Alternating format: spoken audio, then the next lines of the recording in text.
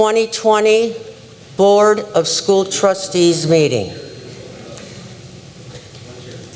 Before we face the flag and recite the Pledge of Allegiance, at this time, I would like, and the board and the superintendent would like, to take a moment of silence for a few individuals. Two individuals were our past teachers, Kimberly Campbell from Maywood School and Mr. Ken Elio from the Area Career Center. We'd also like to take a moment of silence for United States State Representative Mr. John Lewis. So if we can please take a moment of silence.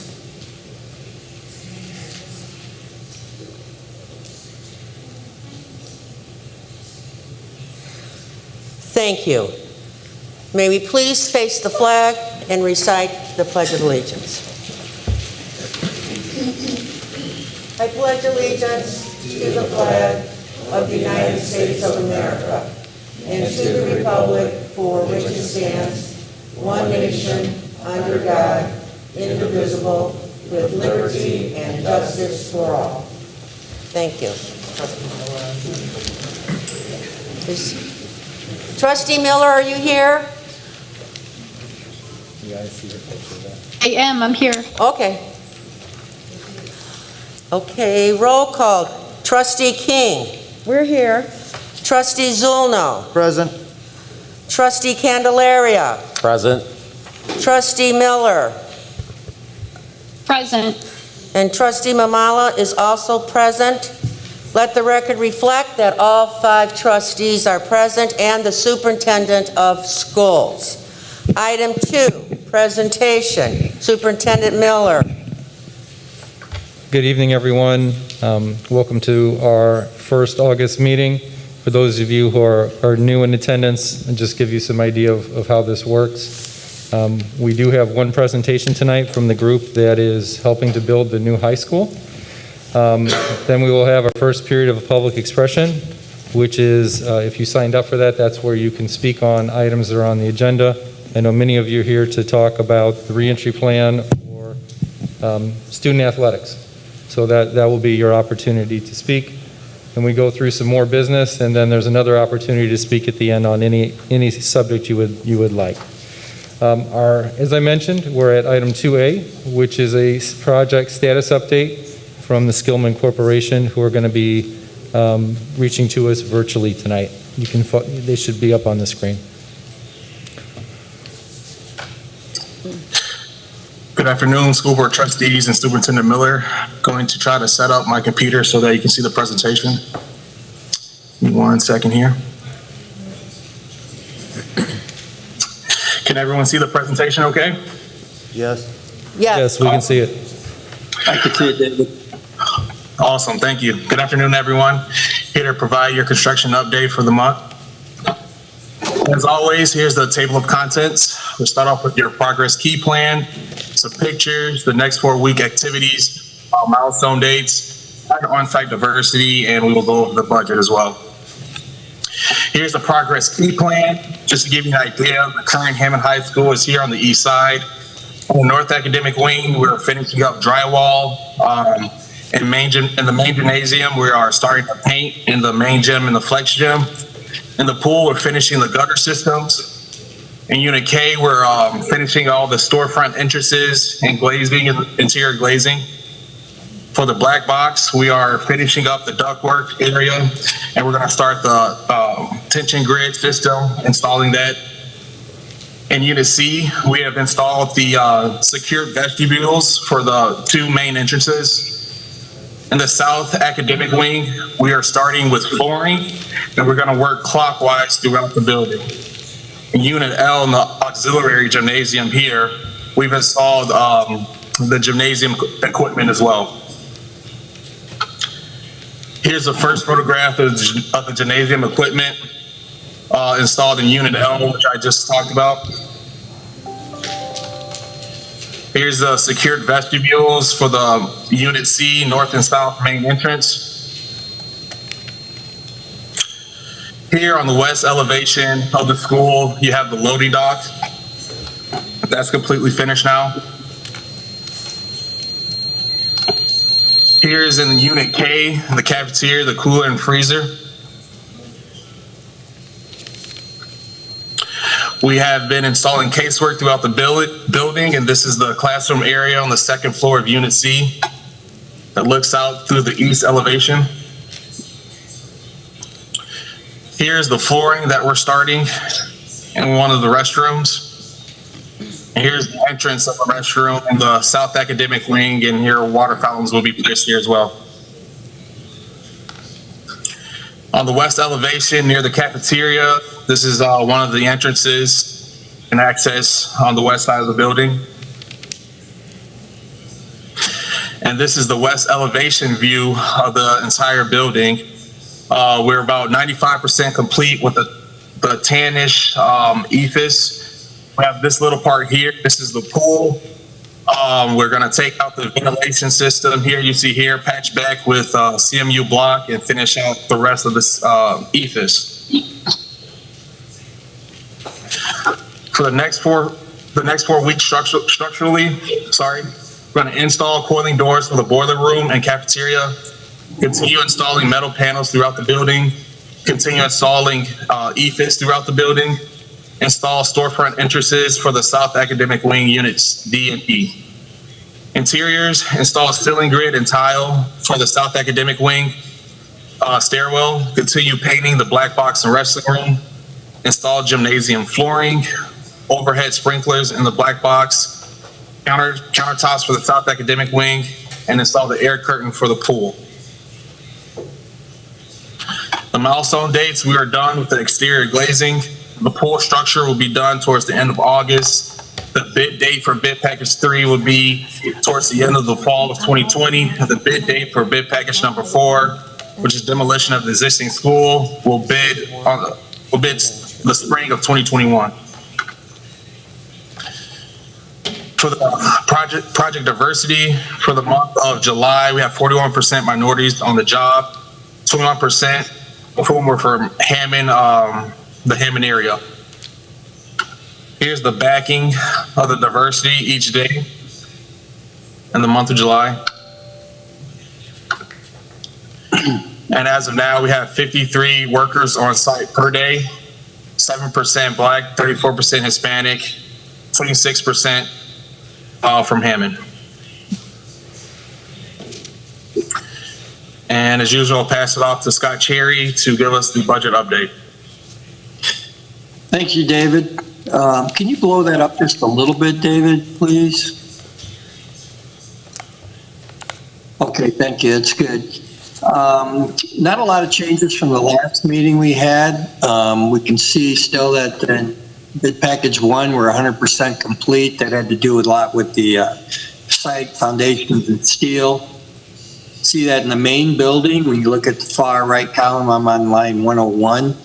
You can see there's about $40.5 million worth of work in place. That brings the total to about $55 million of work in place. So we're about 70% complete with the main building. And as David stated, we will be, we got bid package number 3 and bid package 4 left to do.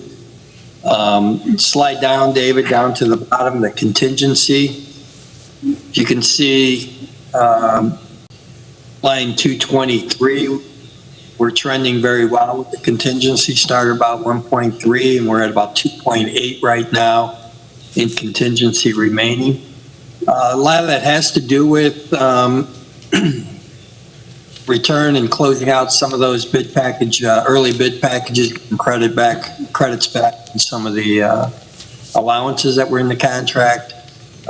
Just good ideas that's been coming up, and just an overall good management job, good documents by the team. So right now we're trending in the direction of completing the building in June of 2021 for the start of the 2021 school year.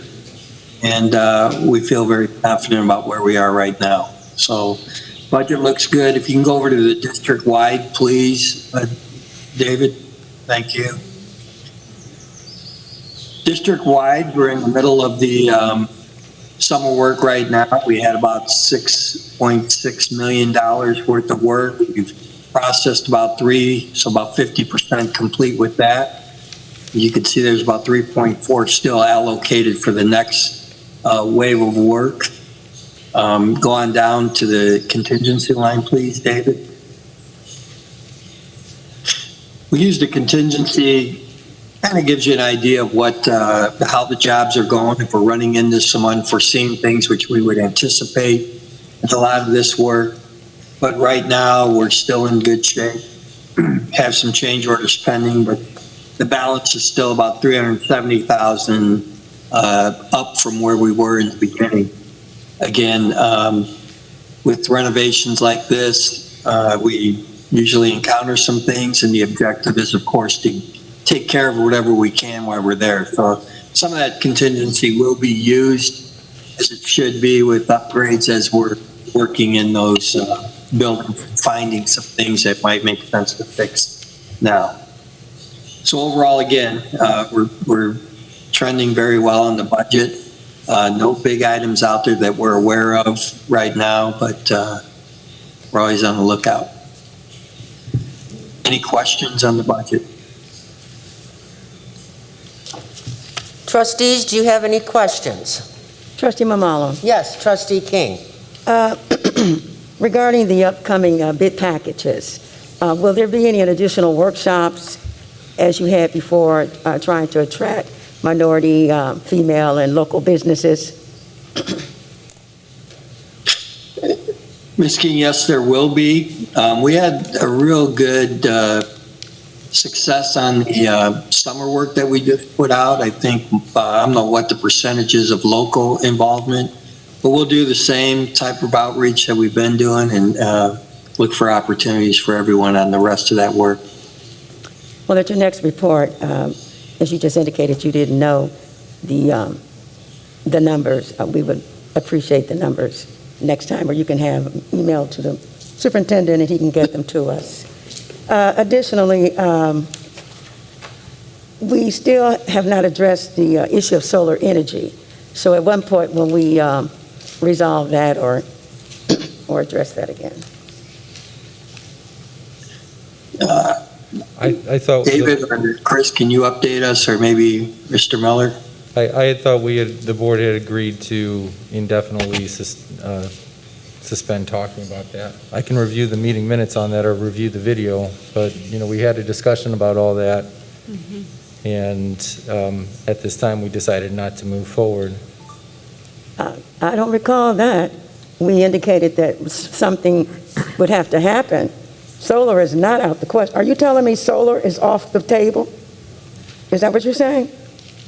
I would elect to want to review the video rather than trust my memory on that. Well, I know my memory because everybody knows I know this project.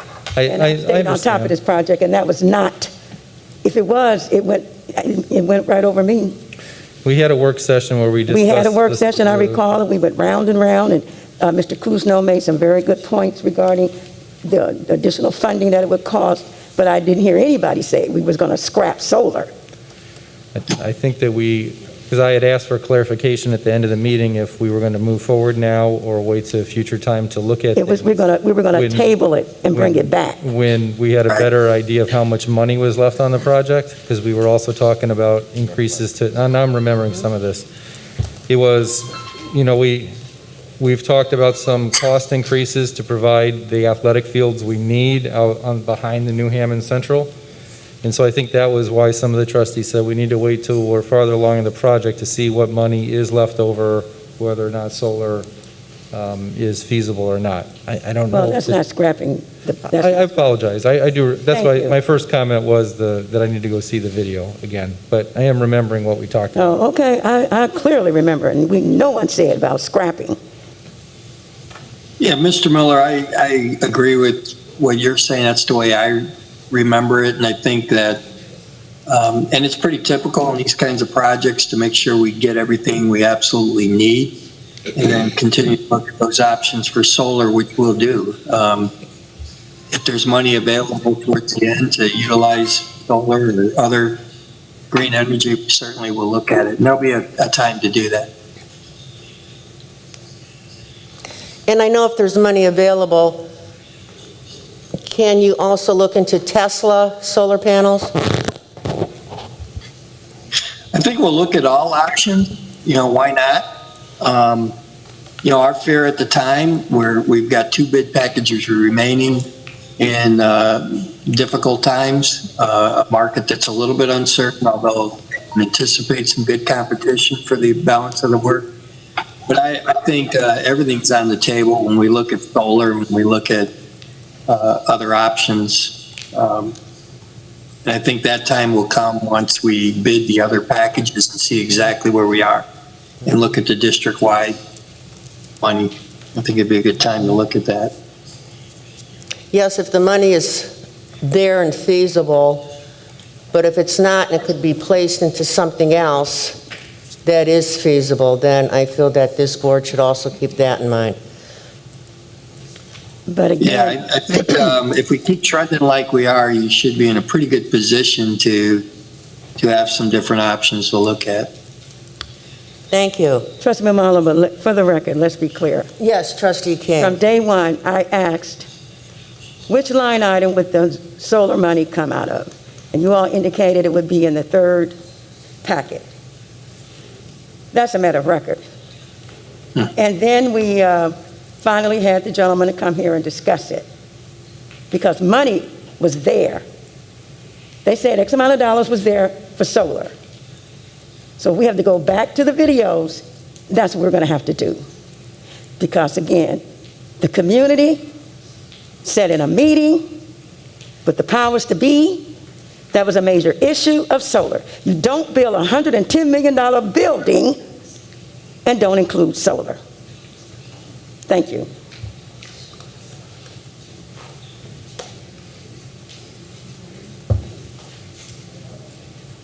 Mr. Cherry, could you also provide information to the superintendent of other school construction or prior school construction that use solar? If you know. I can do that. Okay, thank you. That I know about here in Northwest Indiana. Thank you.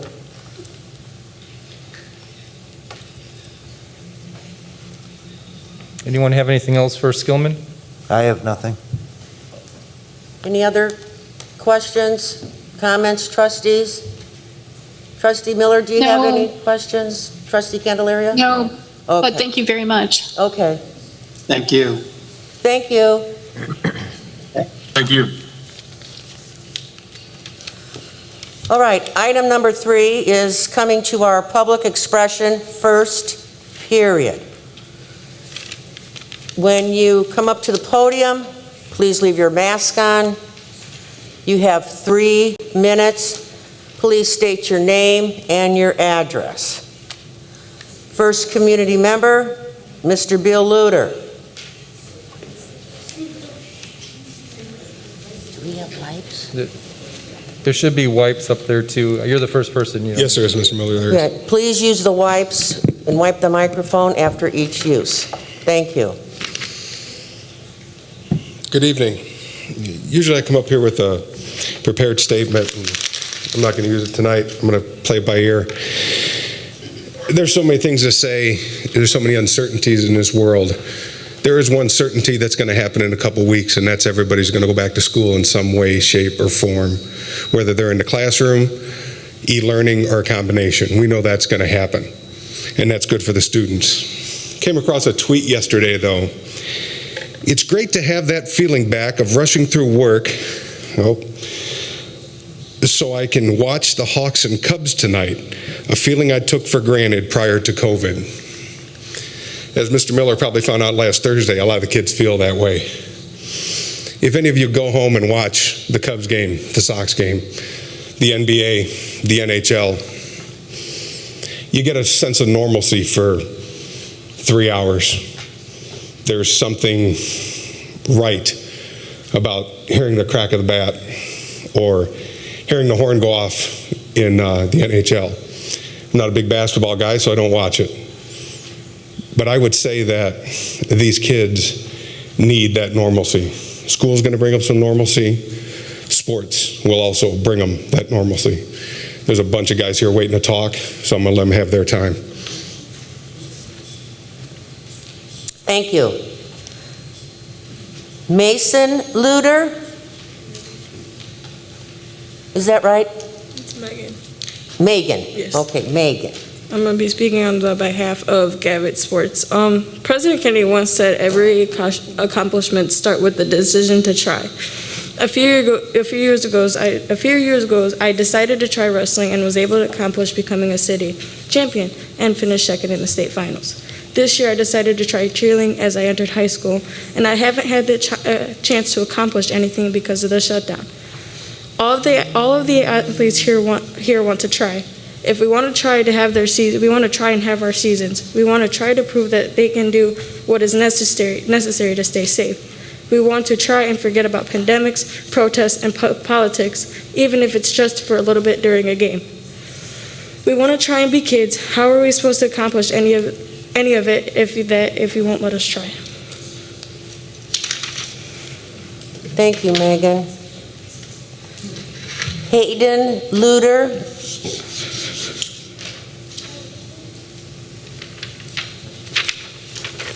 Okay, so I will also be speaking behind Gavitt Athletics. After talking with numerous other athletes, I know two things for sure. First, there is a deep need among us to return to normalcy. It goes beyond playing a game or getting formal education. It is a need for community with one another and with other adults in our lives. Second, there is an absolute willingness to take whatever steps necessary to make a full return. None of us are unserious about the pandemic. We are anxious to be instructed on what we need to do to protect ourselves and our families and others. There is no doubt that this pandemic is real. It is an ongoing threat and is a great tragedy. If we simply look at rates of positive tests and total number of deaths, the risks are high as the cost. Many of these costs include mountainous debt, millions suffering, significant rises of teenage depression, drug use, suicide, and loss of academic and social development. So what are the rewards? I want to share some of those with you, and I think most coaches would describe similar thoughts. I'd like you to know that when we go through a season, we are at a formative stage.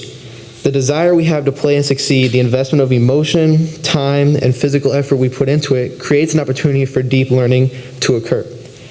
We go through many unpredictable emotions. We win, we lose, we become a star, we lose our starting position, we struggle with jealousy, disappointment, elation, and success. We learn to love the people that annoy us. We gain a confidence that can't be described. We know we are responsible, we are able, we can endure. We are given real responsibility. Yes, it is just sports, but it is real. We know that what we do or don't do really matters. We begin to understand that is what is meant by our community, that we are responsible, we are each responsible for one another, that we are not alone, that we are not an island. This is what goes on our everyday, in our classrooms, playing fields all over the country. You rarely hear about it because destruction is easier and gets more clicks than construction. But it is there, and by it our society coheres. You can't see it easily when it is taken away. It can't be measured by science. What we will lose, we will never get back. And the longer this goes on, the more catastrophic the loss becomes. In this terrible situation in which we find ourselves, those costs must be weighed against the risks, and we must find ways to mitigate those risks as much as possible. We do not accept the last 3.5 months as a model for what the world should be. Let us be raised and formed. Be creative in a solution to this. We're just kids that want to play a sport. Thank you, Hayden. Next, Paris Hewlett. Is that right? Yeah, that's right.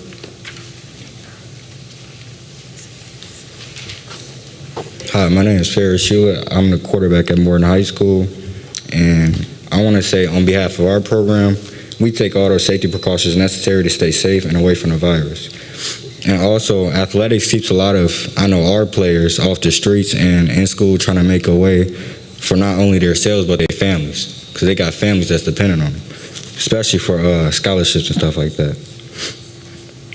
And also personally, I worked my butt off for 12 years to get to the position I am in right now. And I can't have my season taken away from me. Like, I already got a foot in the door of achieving my goals and my dreams. And I can't, like, if you take the season away from me, that's going to take all my opportunities away. I won't have any opportunities to do what I'm trying to accomplish. And for a lot of us, or a lot of my teammates, sports is the only sense of family they got.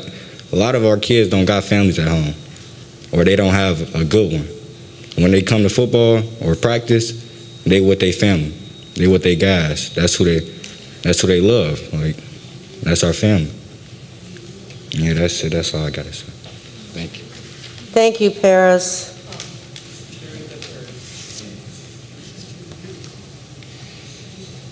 Next is Silise Jones. Can you pronounce your name? It's Silas. Silas. I'm speaking on behalf of Hammond High football program.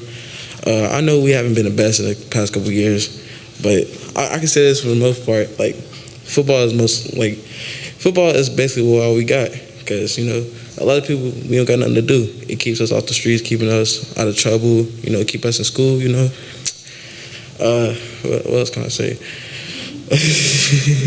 Because, we trying to go to the next level. A lot of us trying to go to college and play college sports, I'm not just speaking for football. I'm speaking of all fall sports. If you take fall sports away from a lot of people ain't got no film to put out to send to the college recruitments. And what else? I'm sorry, I'm kind of nervous, but I can speak for my teammates. Like, this is really all we got.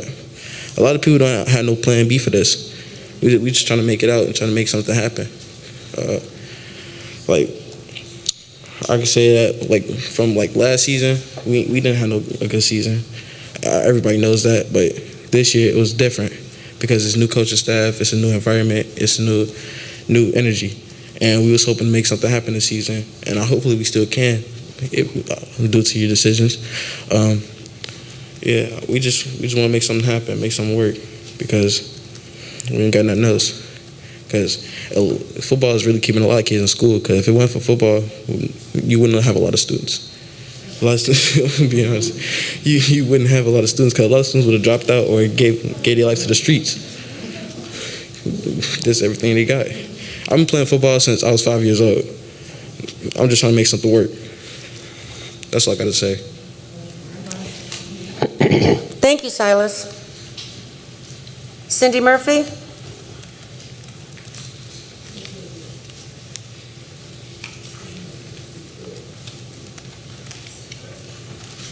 Cindy Murphy, 6838 Colorado. It's difficult to talk about the school reopening plan when we, the public, don't know what's in it. But a couple of thoughts from what we've been hearing over the last couple of minutes. I really think you should close for the first term, just be e-learning and reevaluate. Don't close for the whole thing. Our elementary students are going to lose way too much.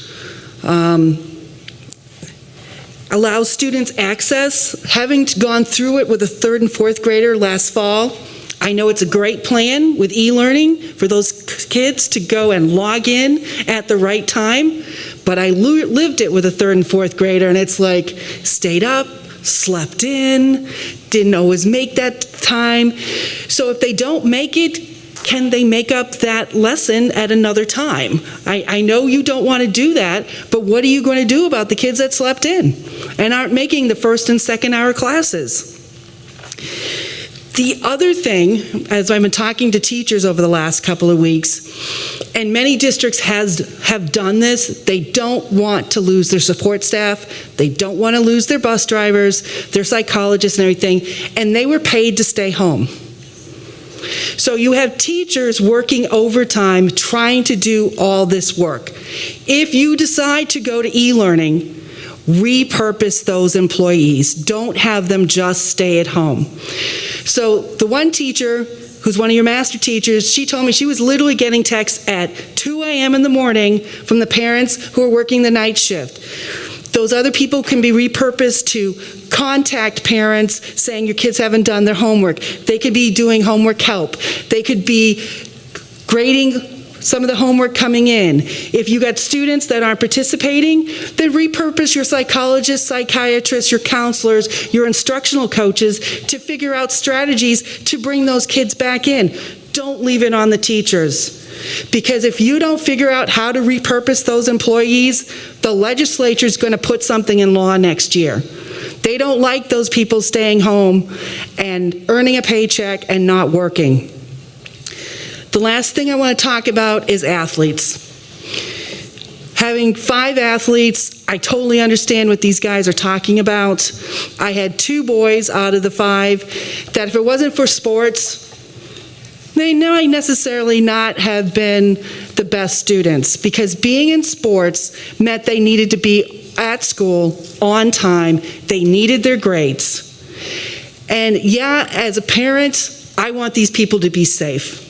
I don't want them to get sick and have long-term consequences, but everything they said is very, very true.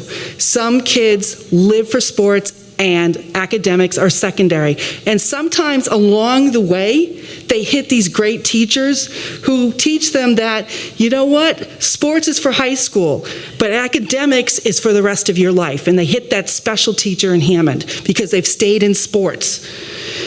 And for that reason, I have one son that first was going to be a doctor, and now he graduated construction management, and all because he's stuck in sports. So really think about what you're going to do with sports. Thank you.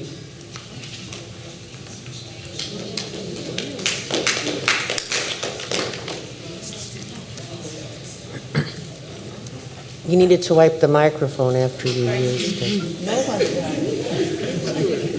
They have. The last few kids have.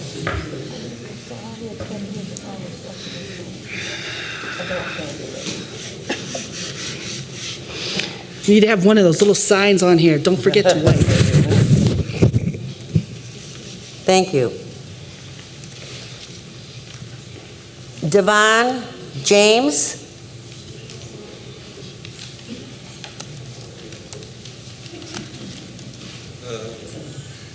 How are you? Fine, you. My name is Devin James. I'm sorry, Devin. No problem. I'm a safety at Morton High School. The first thing I want to talk about is brotherhood. Blood doesn't make you family. I have a lot of football players that I play with that I call my brothers, and I really believe in my heart that they're my brothers. Another thing is the seniors missing out on opportunities. It's more than just football to some kids. Some kids really believe that if they don't make it out, then they'll be failing their families, themselves, the teachers, just failing, period, if they don't make it to the next level in football.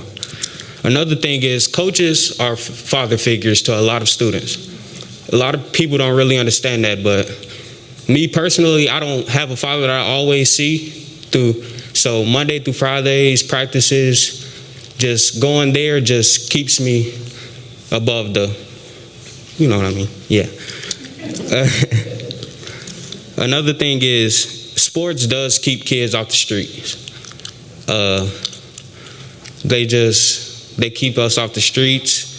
They force us to do better in school, because without football, I know me personally, I wouldn't be the best student. But just sports is everything to me. I know sports is everything to a lot of kids, but just without sports, I just want to say some people would be very lost in this world. Thank you. Thank you.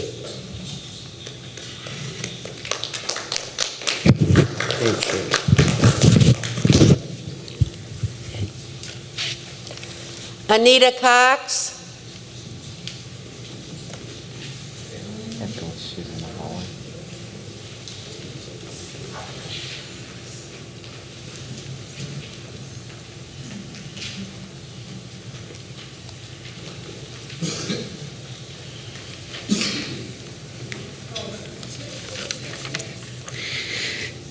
Hi, my name is Anita Cox. I am a teacher at Morton High School.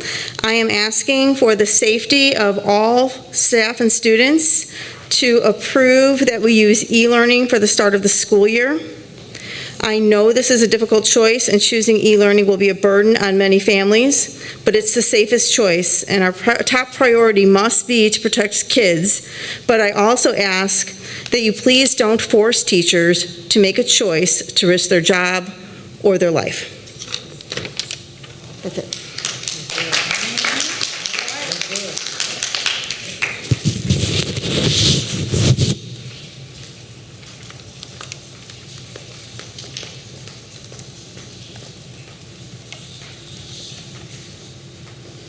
Next, we will have Cher Bonilla Montoya Ross.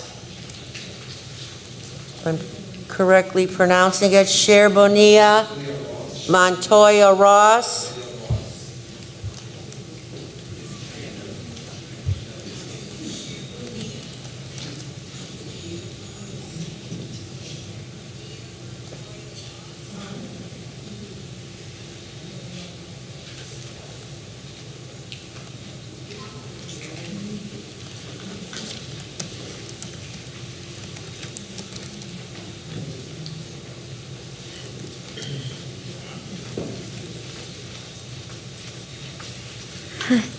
Good evening. My name is Shebane Ross. I am. My address is 5442 Mosburger Place. How are you today? Good evening, everyone. Hello. All right. I'm just really excited because this is my first school meeting gathering ever that I've ever attended. Me and my husband, we're here with my son, and we're interested in enrolling our kid into Washington Irving Elementary School. At first, I started, thinking about, when I first got here, that possibly, just going straight to questions may not be the best, strategy because everybody else wasn't doing it. So, I guess maybe I'm supposed to just, say how I feel. Okay, so, but I still wrote the questions. I didn't have a whole speech, so sorry. But I'll know it for the next time. Well, my first question though is, is basically just asking about the virtual meetings. First, I just have to say my family and I, we moved from the city of Chicago, the south side of Chicago in particular, and my son did excellent. He did really excellent in the curriculum. Even though we did it for the first time, we wasn't sure about how things were going to go, exactly how things are going to progress as an outcome. Well, we still stayed with it, tried our best to follow the instructions. However, he did come out with good scores, and it kind of promotes some sort of self-discipline in the children if we keep them on that path, instead of trying to, access them to different types of, different types of sources that can get them, not the full benefits that they deserve. You know what I mean? So, I think that's the best way to handle the virtual learning initiative. My question was, how about those family members that are concerned about the COVID-19 epidemic and the risk of exposing their children to those types of risks of being around other people? I know that we have to wear the mask and we have to practice social distancing and everything. I was more concerned about, homeschooling, but, our virtual meeting alternative is also a good thing too. Maybe also, social emotional learning. Social intelligence, emotional learning is important, being around other people, and, that's important as well, but, I just need help. All this stuff is going on right now. All right, and Ms. Ross, your time is up. I'm sorry. Oh, okay, thank you. And if you have, if you have any other further questions or concerns, please email the superintendent or talk to him after the meeting. All right, I'll get his email. Thank you. All right, thank you. Pleasure to meet you.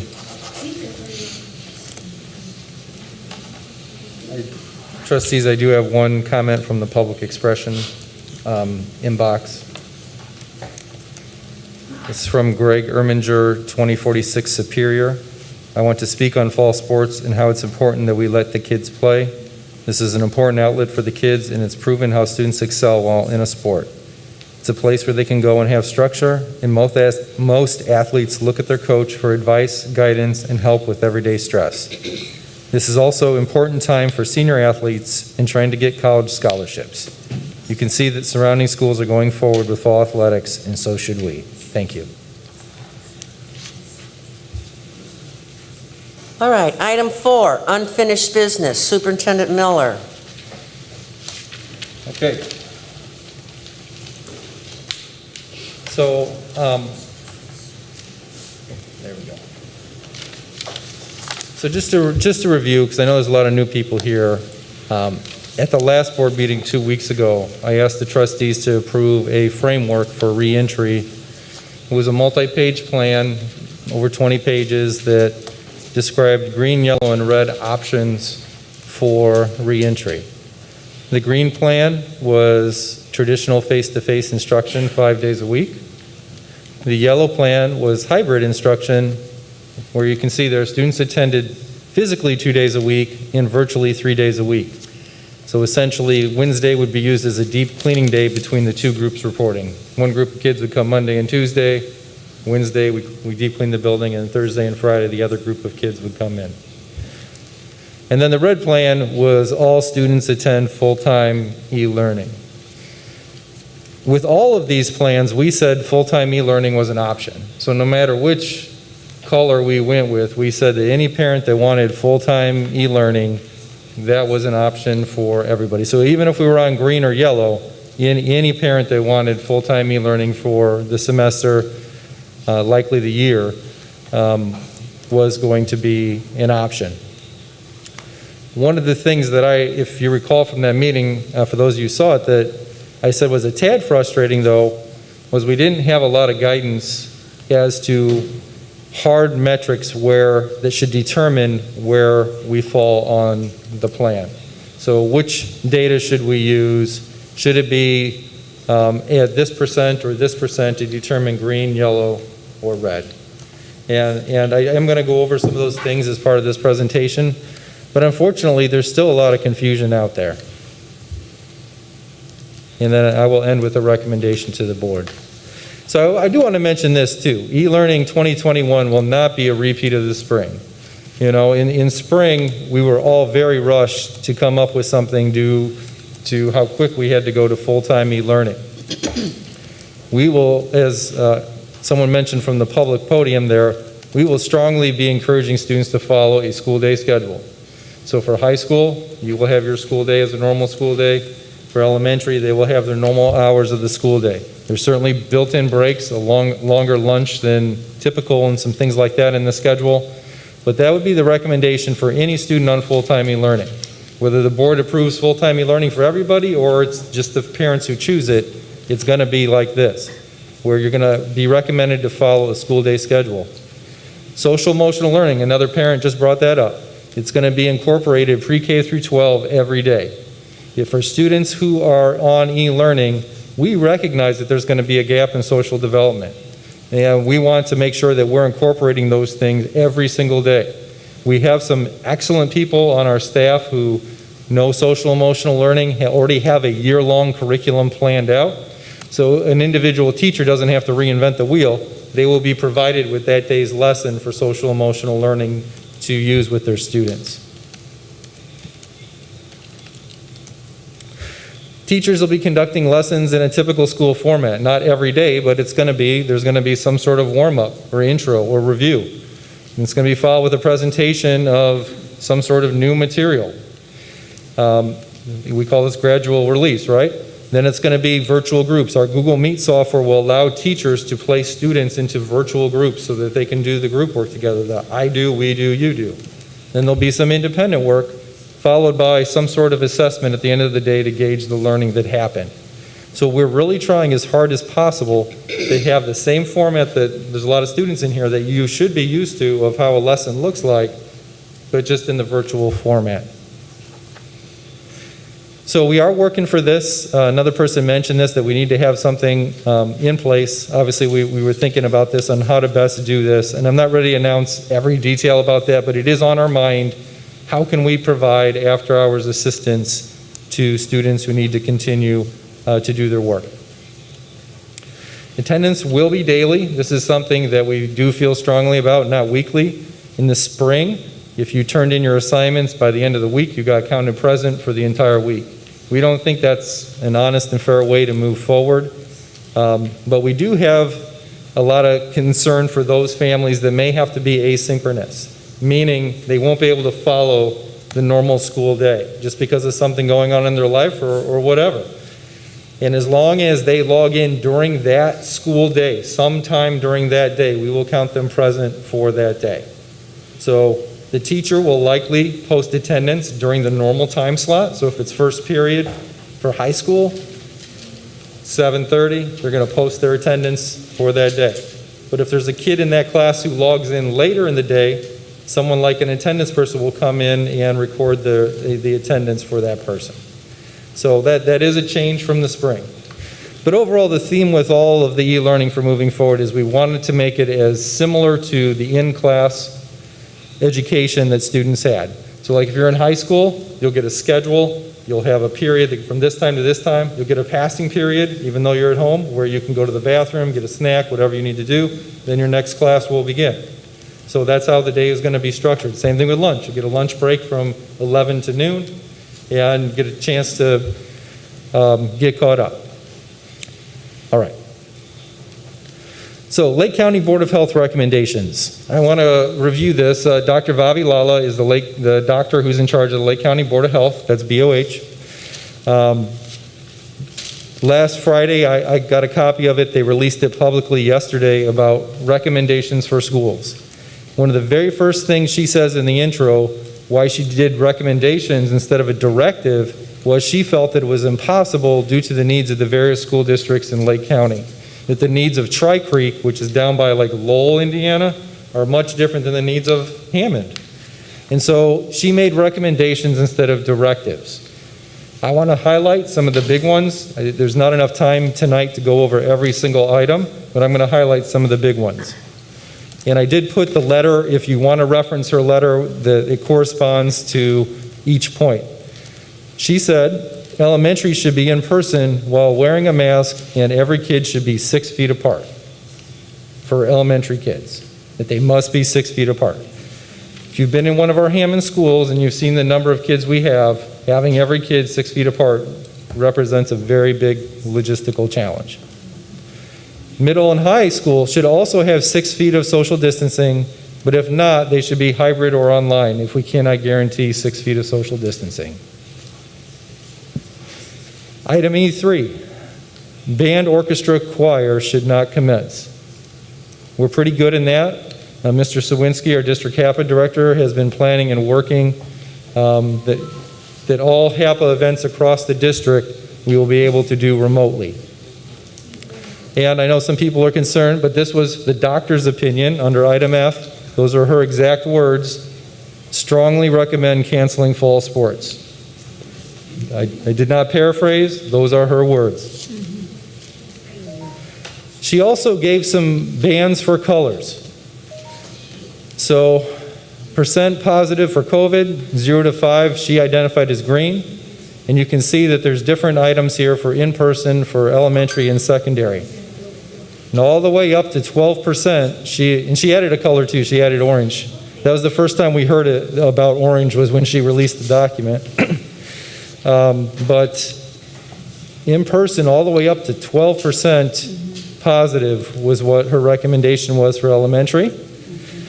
And not until you're at 13% positive rate in your community would it be no in person. So those were Dr. Vavilala's recommendations. They're not necessarily mine. So if you have problems with that, we'll talk. Give me a minute to get through it. We'll talk about it. All right. So we also sent out registration to School City of Hammond. I just wanted to share this with everybody where we're at right now. Regardless what happens tonight, what the board chooses, we really need families to continue to register. We've had 4,800 respondents. As you probably know, we have over 12,000 students in School City of Hammond, so we're only a third there.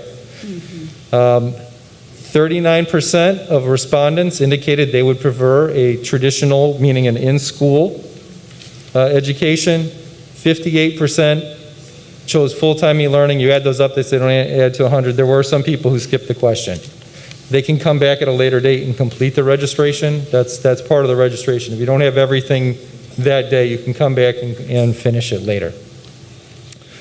So we're at about a 60-40 split, with preference being for full-time e-learning from our families. Okay, let's take a look at the Lake County data. You can verify all these numbers on the Indiana COVID website. And so on the left-hand side, you have the Lake County rate, and on the right-hand side, you have a description of what that means. Total positivity rate, a lot of people were talking about this, including myself, as recent as a month, 6 weeks ago. I don't think this is a great value anymore because it's a historical average. It goes all the way back to March 1st. So you could have really serious COVID outbreak, but because of the way the average works, it's not necessarily going to be reflected in this data because it goes all the way back to March 1st. I think better data to look at are the 7-day positivity rates in 7-day average positive cases. They kind of give you an idea of where things are across Lake County. Again, this is not just Hammond. I have a slide for Hammond by zip code, but this is data across all of Lake County. So that's Hammond, Gary, Cherville, Lowell, Crown Point, all Lake County.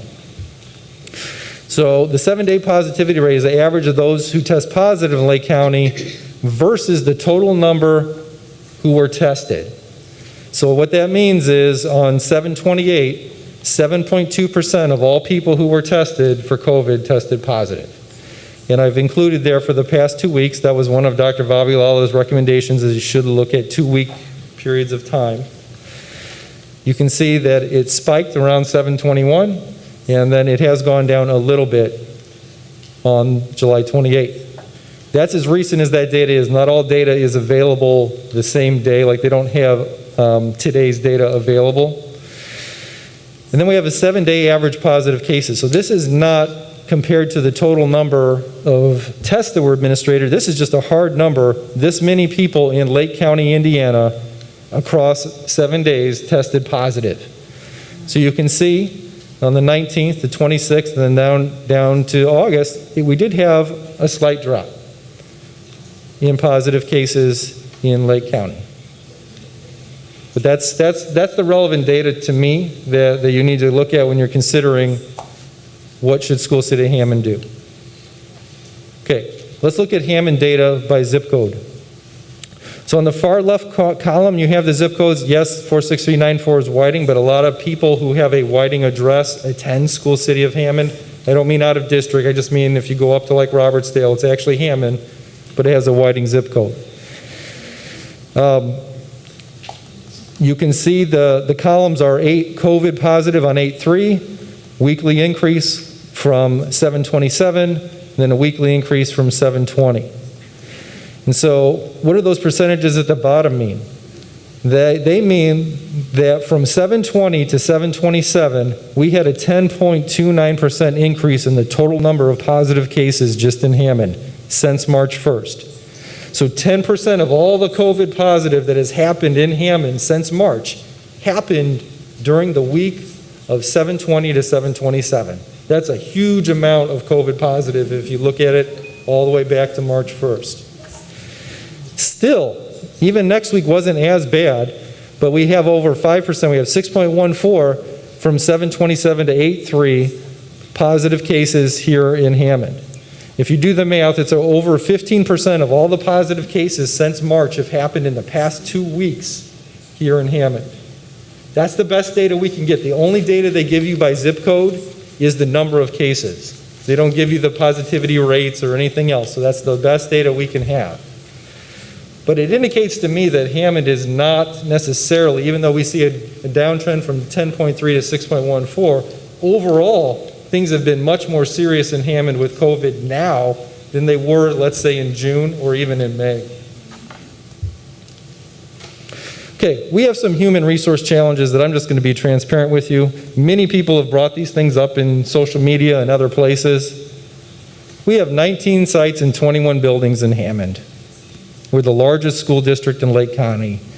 And for us to open across 19 school sites, it is a legitimate challenge to try to keep them sanitized and clean to the level that the CDC recommends. Call-offs and lack of substitutes. This is something that people have been pointing out on social media and everything else. What are you going to do about it? Some of you who've been here know we struggle with this during a good time, that when people call off. It's been public. People have come up and said, hey, you know, my building is not how it should be because someone's not in the building. Federal benefits that allow for 2/3 pay up to 12 weeks. We've had people let us know that if we require them to come to the buildings, that they are going to take advantage of federal programs. That's a legitimate issue. Multiple leave of absence requests. We've had this already for employees letting us know if they're going to be required to come in the building, they're going to take a leave of absence, which is their right. I'm not saying any of these things are wrong. I'm just saying they're legitimate realities for School City of Hammond. And we have difficulty getting 100% staff during a normal year. Like, you ever go to our HR site and ever employment opportunities and ever see it blank? It's never blank.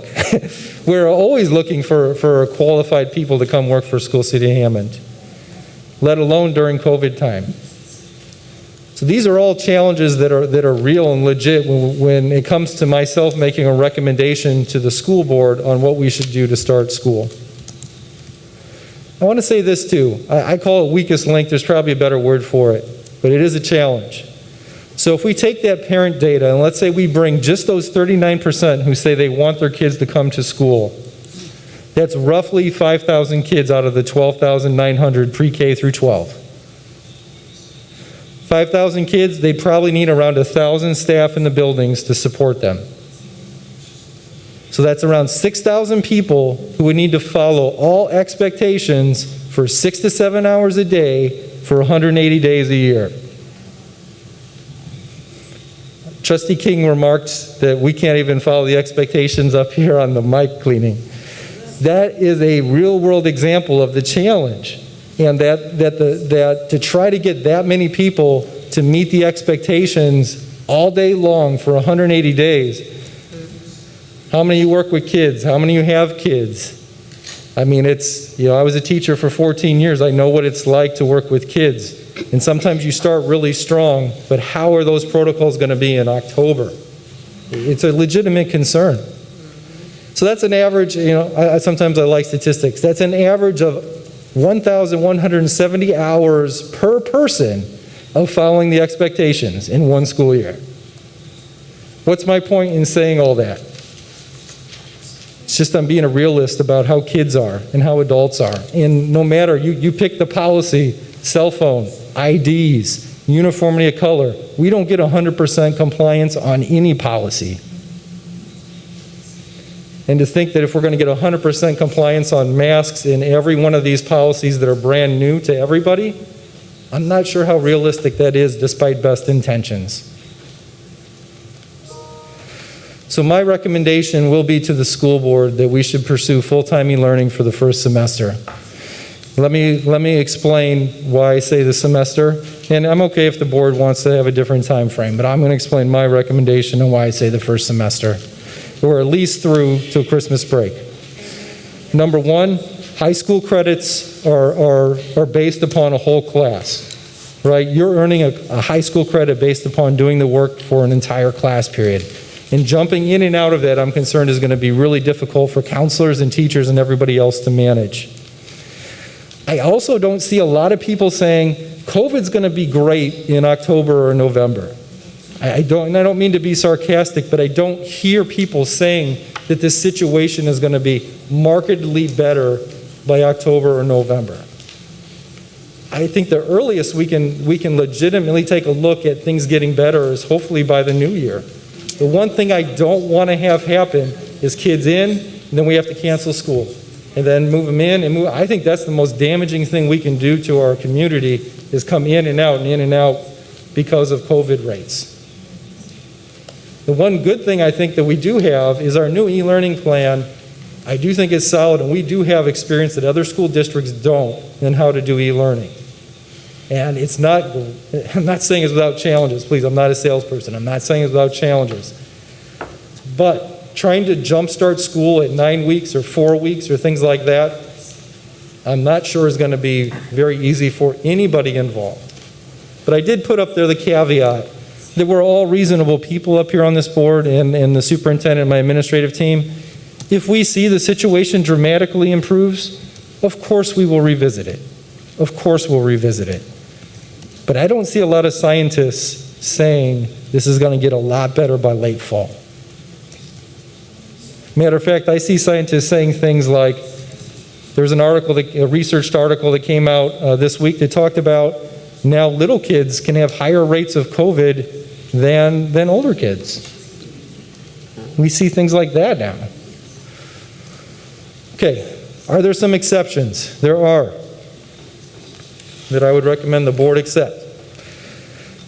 Our career and technical education, that's our hands-on, old schoolers might call it vocational education, but those are our hands-on programs. Governor's Workforce Cabinet, and I agree conceptually with this, is that if you're going to take welding or auto mechanics, culinary, IT, there's an aspect of that course, if it's going to have any value at all, you have to be able to do it. You're not going to learn how to weld through a simulator. You're not going to learn how to build a house in construction trades through a simulator. You're going to have to get out a hammer and a saw and nails and actually do it. Because CTE classes are small anyway, we can blend this into a hybrid model where there's only about 10 kids in a classroom on a day. So they'll come one week, one group of kids, and the next week, the next group of kids will come. Special education. There are, now Monica told me, our Attorney Conrad just told me before the meeting, there's a growing number of cases that are indicating we need to make sure we're providing special education services per the IEP for students. So it will be an exception that for some of our kids, in order to adequately provide services per the IEP, we will have to bring those kids into our buildings. That's likely a one-on-one scenario where it would just be an adult and the student receiving services. The other exception, and I mentioned this at the last two board meetings, is this concept of safe spaces for e-learning. And I want to talk about that in a little more detail, and then I'll be done with my recommendation. So what I'm looking at doing, somebody mentioned repurposing. I want to repurpose support staff to supervise groups of 10 children in a classroom who are 6 feet apart. That's spelled, I have to correct that. But basically, essentially, while they're doing their e-learning. So the teacher is still the e-learning teacher, but a support staff personnel is supervising the kids in one of our buildings. Why would we do this? Because if we listen to our community, and we know that there are people in our community that desperately need this level of support, and we don't want to turn our backs on them. And this is something we can do by repurposing staff, and not just support staff, but custodians and health service staff, to maintain those ratios in a few schools that we couldn't maintain across 19 schools. And I think for us, it'll be a really good lesson to see how effective are these protocols. If we can do it fully resourced and fully staffed at a couple small sites, then it's going to give us the confidence that we can continue to add capacity. So what's it going to look like? The initial elementary rollout will include 90 spots per grade level, spread out equally at Irving, Maywood, and Harding. So that's 540 elementary spots. So 30 per grade level at each of those 3 schools, but that 30 is broken into 3 different classrooms. So there'll be 10 kindergartners, for example, in one classroom, 10 in another, 10 in another. For secondary, we realize a lot of high school kids can be at home, so we're not looking at the same size capacity for secondary kids. But we know that there's probably some cases where we're going to need to provide that support. We'd be using 30 spots per grade level, 6 through 12 at Gavitt. We will not be able to offer this service on day 1. We're looking at the day after Labor Day. So that's the Tuesday after Labor Day where we would start off this service. Parents will provide transportation to and from school. And capacity will expand if the model is successful. Registration for safe spaces will go live on our website tomorrow, and it will be open through the rest of this week and all of next week to the following Friday. What do we want to know in that registration? Essentially, your child's name, and the reason why you're using this. Will we be able, with those numbers, will that 4,000 people who wanted traditional be able to go to a safe space? Obviously not. This is for essential workers. This is for families that have a need. And we will go through and evaluate each one of these applications. And some people, depending on the demand, may be on a waiting list. Or we will look at, my last point here, is that we will work with community partners to add capacity. The YMCA, the Boys and Girls Club, local churches, and even supporting them and resourcing them where possible with some of our additional staff so that we can make sure the quality is where it needs to be. But we want to make sure we have a model down correct, and then we will look at expanding it out from there. Okay. So that's my last slide, and all of that to say my recommendation to the trustees is that we begin the first semester of School Seat at Hammond on e-learning.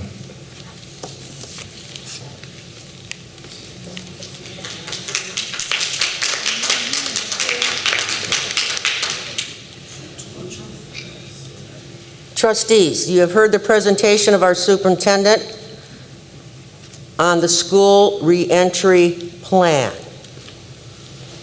Is there a motion? Madam Trustee President. Mamala, Yes. I make a motion that we accept Mr. Miller's recommendation to start our school year off for one semester with 100% virtual, well, not 100%, but e-learning. Second. There has been a motion and a second. Is there any discussion? Discussion. Discussion, Trustee King. Mr. Miller, please include the library as one of our partners. You didn't have it on that list. Great point. Thank you, Trustee King. Madam President, Trustee Miller. one quick question. With the safe learning sites, would the goal be to have this the same support staff person with the same kids daily? Would that be the goal, or? Yes, the one thing we can't do, because multiple kids from multiple schools will be coming, we can't necessarily match up a support person from a child that's at their typical homeschool.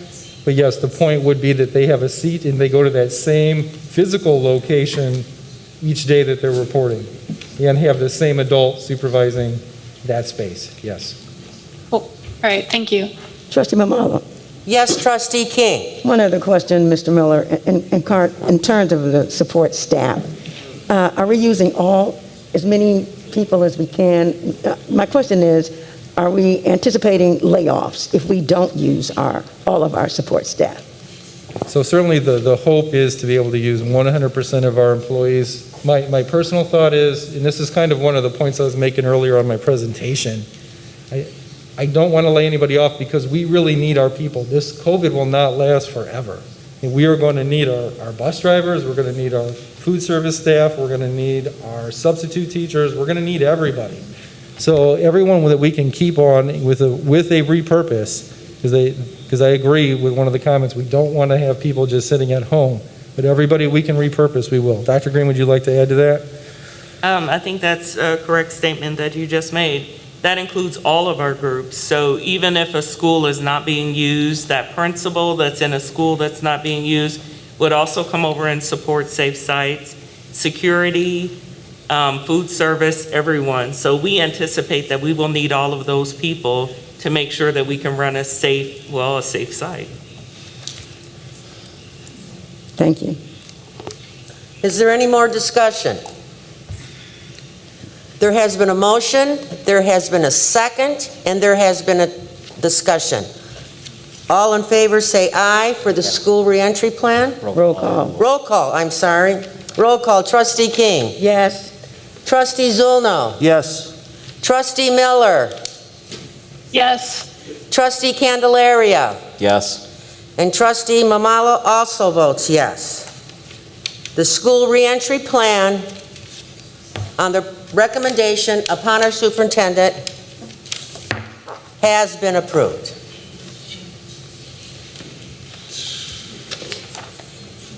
Next item, item B, athletic program. Superintendent Miller. Before we move on to item B, I know a lot of people, that's why you're here. I just want to say that I saw some of the comments about teachers that came out of a neighboring school system's meeting. And I just want to say how proud I am of the Hammond community, because I really do feel we value the teachers here, and we value the people who come and devote their time to School City. It kind of broke my heart to see some of the comments about people interpreting e-learning as some form of laziness. It is hard work to plan out an entire curriculum to execute online. It is much different than a traditional curriculum. So I just want to encourage our teachers and our staff that you are appreciated by myself, this leadership team, and this board, and we do care about you. Now, on to the athletic program item. And I will say personally, nothing has given me more pause than this athletic, what we should do with athletics. We have, on one hand, of course, everything the kids said tonight is true, right? Athletics provides opportunities for young people. It provides scholarships and ways into college.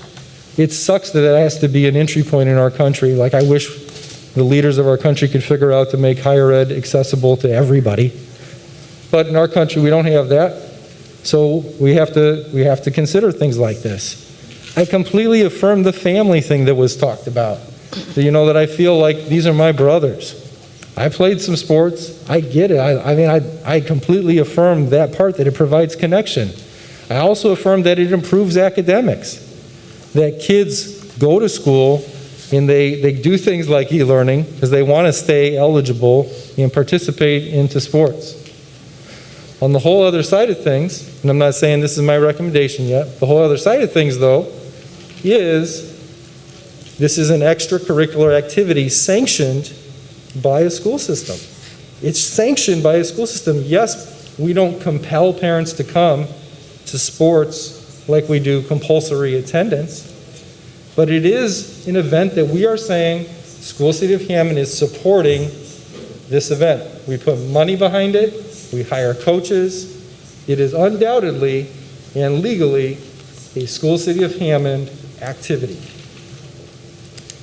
And to that, I'd actually like to defer to a second. We have our board attorney here, Monica Conrad. Can you share with the trustees, Monica, what some considerations should be on the legal side of things in offering sports?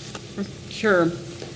Number one, I think, as it's been said and as you've already recognized, I think sports are a component of what you do as a school corporation, because it contributes to the physical and emotional growth of students. It can be a very important piece of that for students.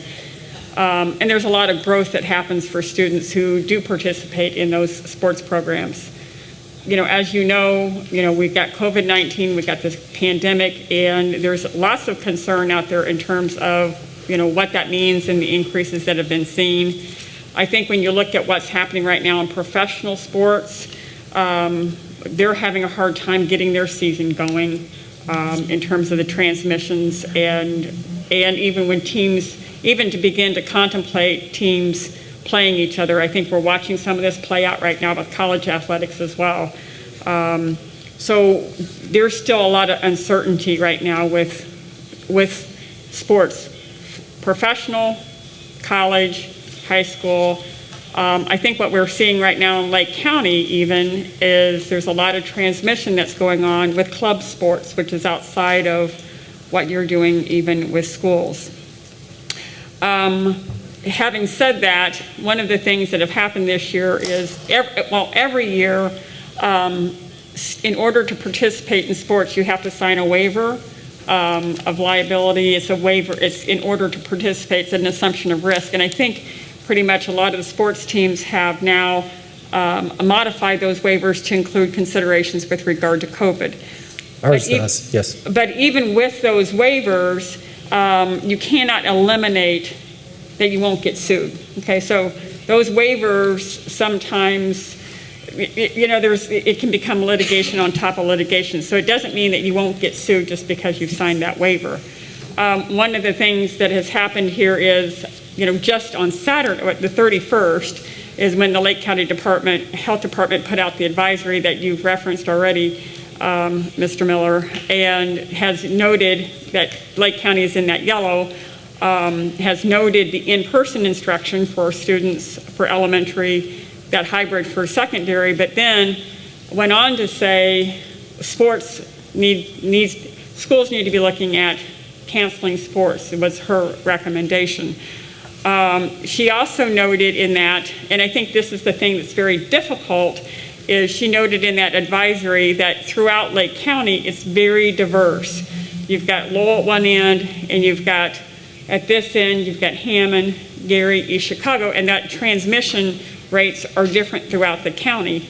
And so she basically kind of put that out and kind of said that risk is even going to be different within, across Lake County. So I think where you guys are at is that key consideration that you have with sports and academics, is going to rest on what is that basis of that decision.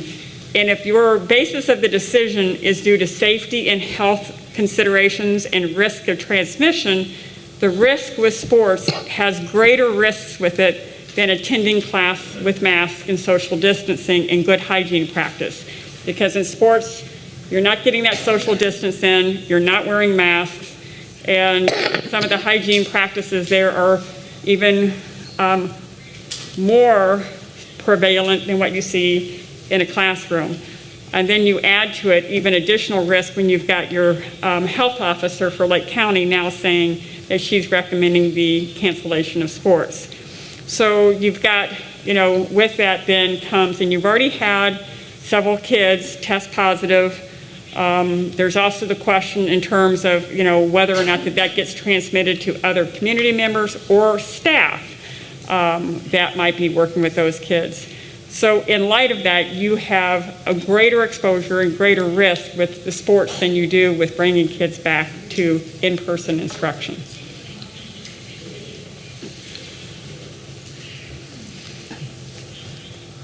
Before I continue, any questions for Attorney Conrad?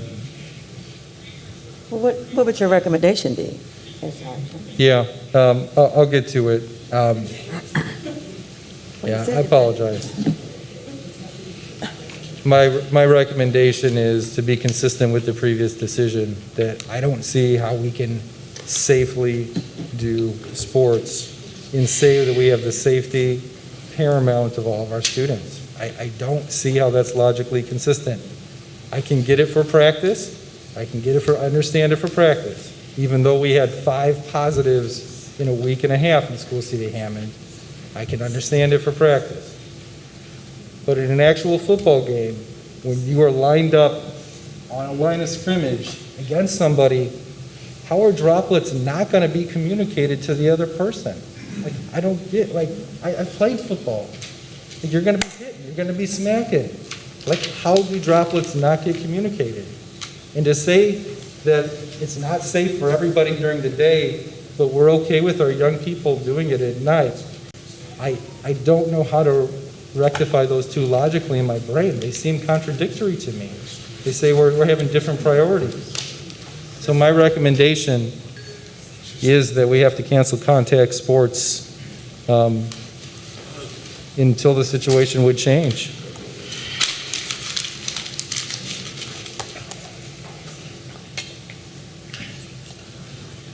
Madam President. That's my heart. Trustee Zulno? Superintendent Miller, if we are taking education and moving that into an e-learning experience through the first semester, is it possible to cancel contact sports through that first semester to review again after that? I would be open to the board, asking me to review it as they would want me to, for sure. But yes, absolutely.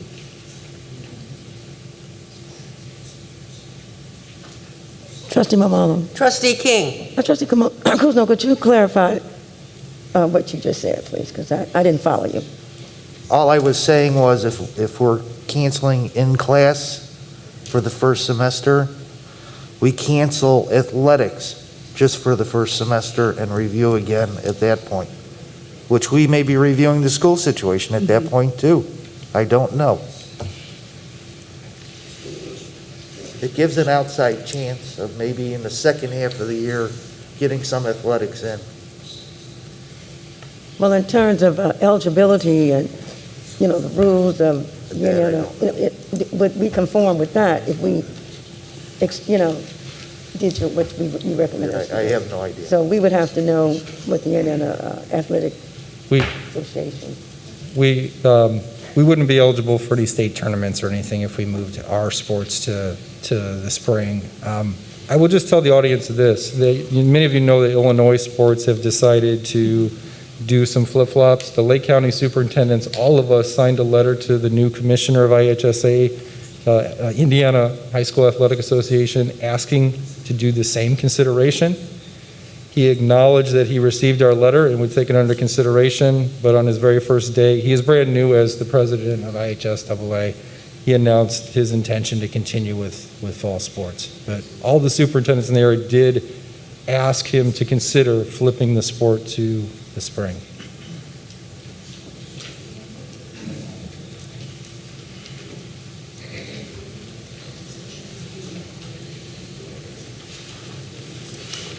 Trustee Mamone. Trustee King. This whole thing regarding athletics, it is so heart-wrenching. It is heart-wrenching to hear young folks come before this microphone and tell us the things you shared with us of how these sports relate to your life. With all that being said, at some point, I'm sure it's going to be hard to take away the thought of sports, and I don't even know what I'm trying to say here is sports is, I know it's the all-in for a lot of kids, but in the end, it's your academics. It's your academics. But I know sport, as you said, it's because of sports, you will not excel well in academics. But would you rather us allow you to take a chance on your life? Someone dies. And if you don't die, you can lose a limb or your organs could be damaged for the rest of your life. So is that the risk you're willing to take? Death, loss of limb. Yes. Oh, no. Because if you don't give us sports, you're That's- going to lose kids. Okay. You're going to lose kids. Kids are going to drop out of school. Okay, point of order. Thank you.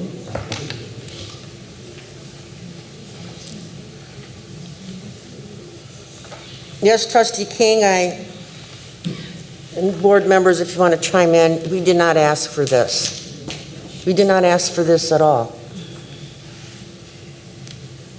And we are here to provide an education and safety for all students and staff.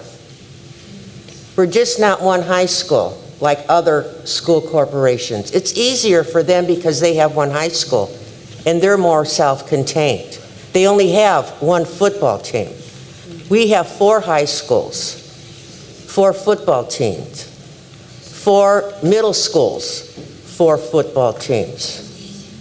We've already had a case of 5 athletes testing positive for COVID. Now, football is a contact sport, and I'm a heck of a big sports fan. Wrestling is a contact sport. Basketball is a contact sport. All it would take is one to test positive and spread it. Now let's think of other variables. When you have to be transported to play the game, how are you going to get there? By our bus transportation. So why do we need to put the bus driver in jeopardy? This is very serious. This is very serious. This is very, very serious. You hear it in professional sports. You hear it in college sports now. The college that I graduated from, Indiana University, a new freshman, counteracted COVID, got a scholarship, lineman. He's in bad shape. His mother and father are beside themselves. I'm a parent. My children went to Gavitt. They played sports. My son played football, was the center and defensive tackle. My daughter played sports. And I understand how important sports is. It's an outlet. It raises your endorphins. You feel happy. But my concern, and as long as I sit up here, I do not want to lose a child in this school system. Because even though I have 2 children, all 12,900 students to me are my children. And I couldn't live with that. I could not live with that. Any other comments, trustees? Madam President? Trustee Miller. A couple of questions for Superintendent Miller. Go ahead. Would this preclude coaches from continuing to give like individual work, you know what I mean, as far as like conditioning and that sort of thing? Something similar to what we had talked about when we suspended the preseason. Would they be able to still do some of those things and still have some of those connections, or even like put together reels from the previous year for to send off to other schools? And I mean, it doesn't mean we're disbanding the football team, right? Like it means that we're going to have to find more creative ways for them to be able to engage, correct? Correct, and actually that's true for all of our extracurriculars. We are looking at ways that they can be done virtually, whether that's HAPA, whether that's Lego robotics, whether that's chess team. We are looking at ways to still be able to do as much as we can. I know it's a shell of what the real thing is for athletics, but no, there would be nothing precluding that. Yeah. I mean, and we will do what we can to keep those communities together and moving forward, whether that be for a spring season or next season, so on and so on. Correct. And maybe Thank our you. coaches could do something like Zoom. They do a lot of that already, yeah. I have one. Yes, it's not funny because it's all over the internet that all types of exercise classes, dance classes, conditioning classes. The most important thing with sports and anything is stretching. You have to continue stretching. So I don't feel that's funny at all. Trustee Mamala. Yes, Trustee King. Just now this is serious. The young folks that are anticipating scholarships from various colleges, certainly these colleges have a plan B in terms of how they're going to address these young men. Now, I would assume that's the case because they have to have a plan B. I mean, they've seen these young boys play last year as juniors, so based on that, they have been given scholarships. So I would think that these colleges would contact these young men and set up some kind of system where they can continue to watch their growth. So all's not lost. I mean, it's up to these colleges and these folks that you're getting these scholarships from. They will certainly reach out to you, so there's no reason to give up hope. I mean, don't give up on yourself. Right. And that's what I'm hearing from you young folks. We're going to find a way to make this right. And this is happening all over the country in all high schools. They're trying to find a way to accommodate your concerns. We're going to do that. And you're quite right, Trustee King. We should all find a way. This board should find a way. If we have to write letters, to these various colleges? I did talk to one of our athletic directors today about that very issue, and he explained to me, very similar to what you're saying, that for our upcoming seniors, scholarship opportunities would have already been based over this summer, based on their junior work. That's what was explained to me. I don't know if that's 100% accurate, but the same person did tell me later that his personal situation was that he improved greatly as a senior, and it gave him additional opportunities. But we've had people, you remember we had Fortune here up in front of the board about a year ago, and he got his scholarship as a junior. But I get it, it's a loss of opportunity, it is. I'm not going to sugarcoat it, it is. But it would be a loss to the college as well. I can't see them taking that loss. They're going to have to find a way to engage these young folks. I don't see it as a total loss. And if we have to, as a board and as an administration, contact these colleges, I mean, that's another job for our support staff who don't want to lose a job. We can coordinate with these colleges and see just what's going to happen with these young folks, with these scholarships. Absolutely, absolutely. Don't give up. Don't give up. Don't give up, and don't think we're giving up on you, because that's not it. But your life is more important. Your life. All right, trustees.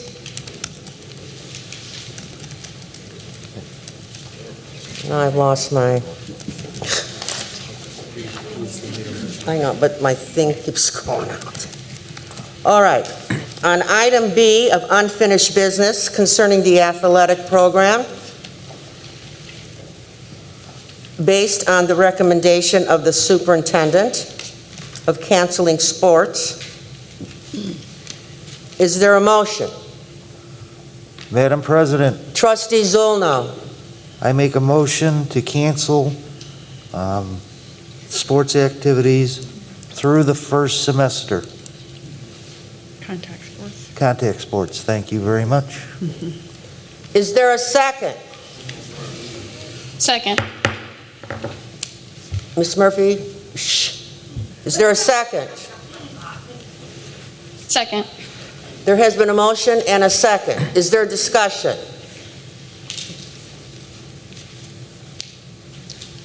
There is none. All in favor? Roll call vote. All in favor to cancel sports for the first roll call vote? Trustee King? Yes. Yes. Trustee Zulno? Yes. Trustee Miller? Yes. Trustee Candelaria? No. And Trustee Mamala also votes yes. The vote is 4-1. The cancellation of sports for the first has been approved.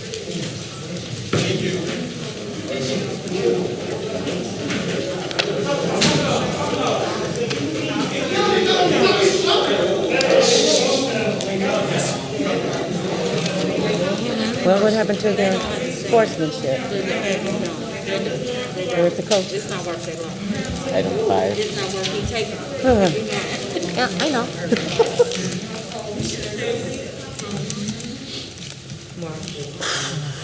Trustee Mamala? Yes, Trustee King. I had one question on item A before we go to our consent agenda. Okay. Just one question.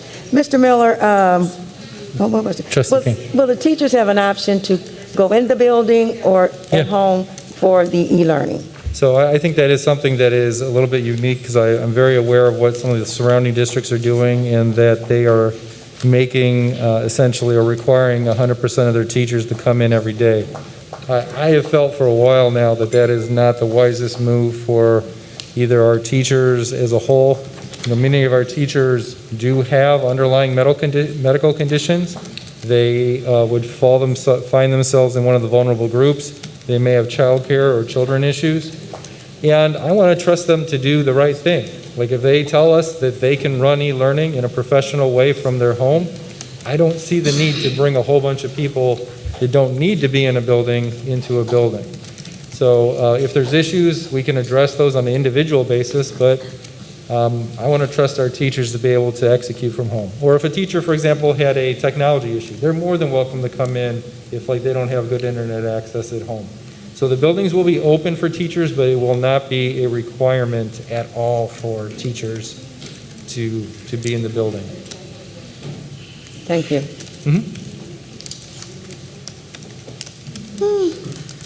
All right, item 5. Consent agenda, Superintendent Miller. Trustees, I am recommending the approval of the consent agenda, items A through C, including the personnel report as presented. Madam President, Trustee Zulno. I'd like to make a motion to approve all the consent agenda. Second. There has been a motion and a second. Discussion. Trustee King. Trustee Mamala, I would like to read into record the accounts payable docket register. Okay. For August 4th, 2020. Our claims is $1,285,394.12. Our payroll is $2,480,233.78. Thank you, Trustee King. Trustees, you have received the consent agenda and information in your board docs concerning items A through C. There has been a motion, there has been a second, and there has been discussion. But there was one other item. The organizational chart. Does someone want to explain that? Or is that? Go ahead, Dr. Green. Thank you. Okay, we are presenting the new organizational chart. Basically, what has happened is with the departure of Dr. Sullivan, we are looking to replace him with a director who will be basically looking only at curriculum. We have two very fine executive directors in Dr. Yanders and Mr. Salinas for our elementary and secondary. And so now we are looking for someone who can take on the aspects of curriculum and start building that framework and working with our strategic planner to move us into our next area of development for our curricular planning. And to clarify, this would remove the second assistant superintendent position. So Yes, we it would would. not be looking to fill a second assistant superintendent position. So, well, there's some other changes. Well, with that being said, will that person receive the same pay, or will the pay be adjusted or The modified? pay would be adjusted. Since it would not be an assistant superintendent, this person would be paid as a director. Okay, and my glasses.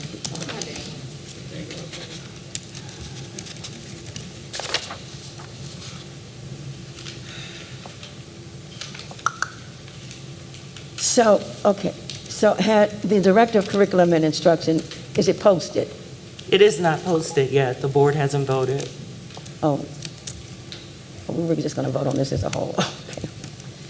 And the Executive Director of Operations is vacant, so once this is approved, but that was always vacant. That position has always Yeah, been it's always vacant. been vacant. So is it posted? It is not posted. Okay. Thank you very much, Trustee Mamala.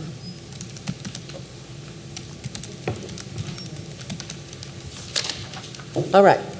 There's been a motion, a second, discussion. On the consent agenda, items A through C, all in favor say aye. Roll call vote. God, I keep forgetting about that. Trustee Miller. Yes. Trustee Candelaria. Yes. Trustee Zulno. Yes. Trustee King. Yes. And Trustee Mamala also votes yes. The consent agenda has been approved. Item 6, new business. Trustees, I am recommending the approval of item A, the donations as listed in board docs. Trustee Mamala. Trustee King. I make a motion that we approve item A, board approval of donations as presented. Second. There has been a motion and a second. Discussion. There is none. Roll call vote. Trustee King. Yes. Trustee Zuno. Yes. Trustee Candelaria. Yes. Trustee Miller. Yes. And Trustee Mamala also votes yes. Item A, board approval of donations has been approved. Item B.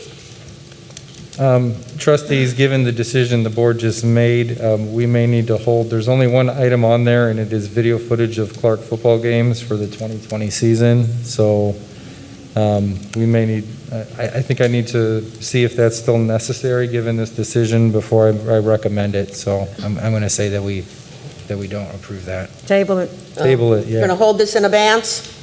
Yes. to the All next right. meeting. Item B, we will hold in advance for further discussion. Item C. Trustees, we are recommending the approval of item C, the revised credit card policy, which just has some real practical implications for the superintendent and assistant superintendent as far as the use of the credit card.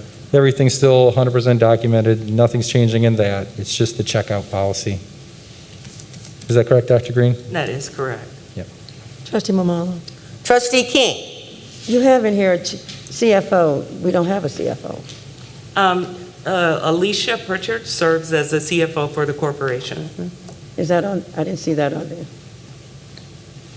She's also called the finance director. Okay, well, on the, on that. But she serves as both. Okay, it didn't indicate that on the new,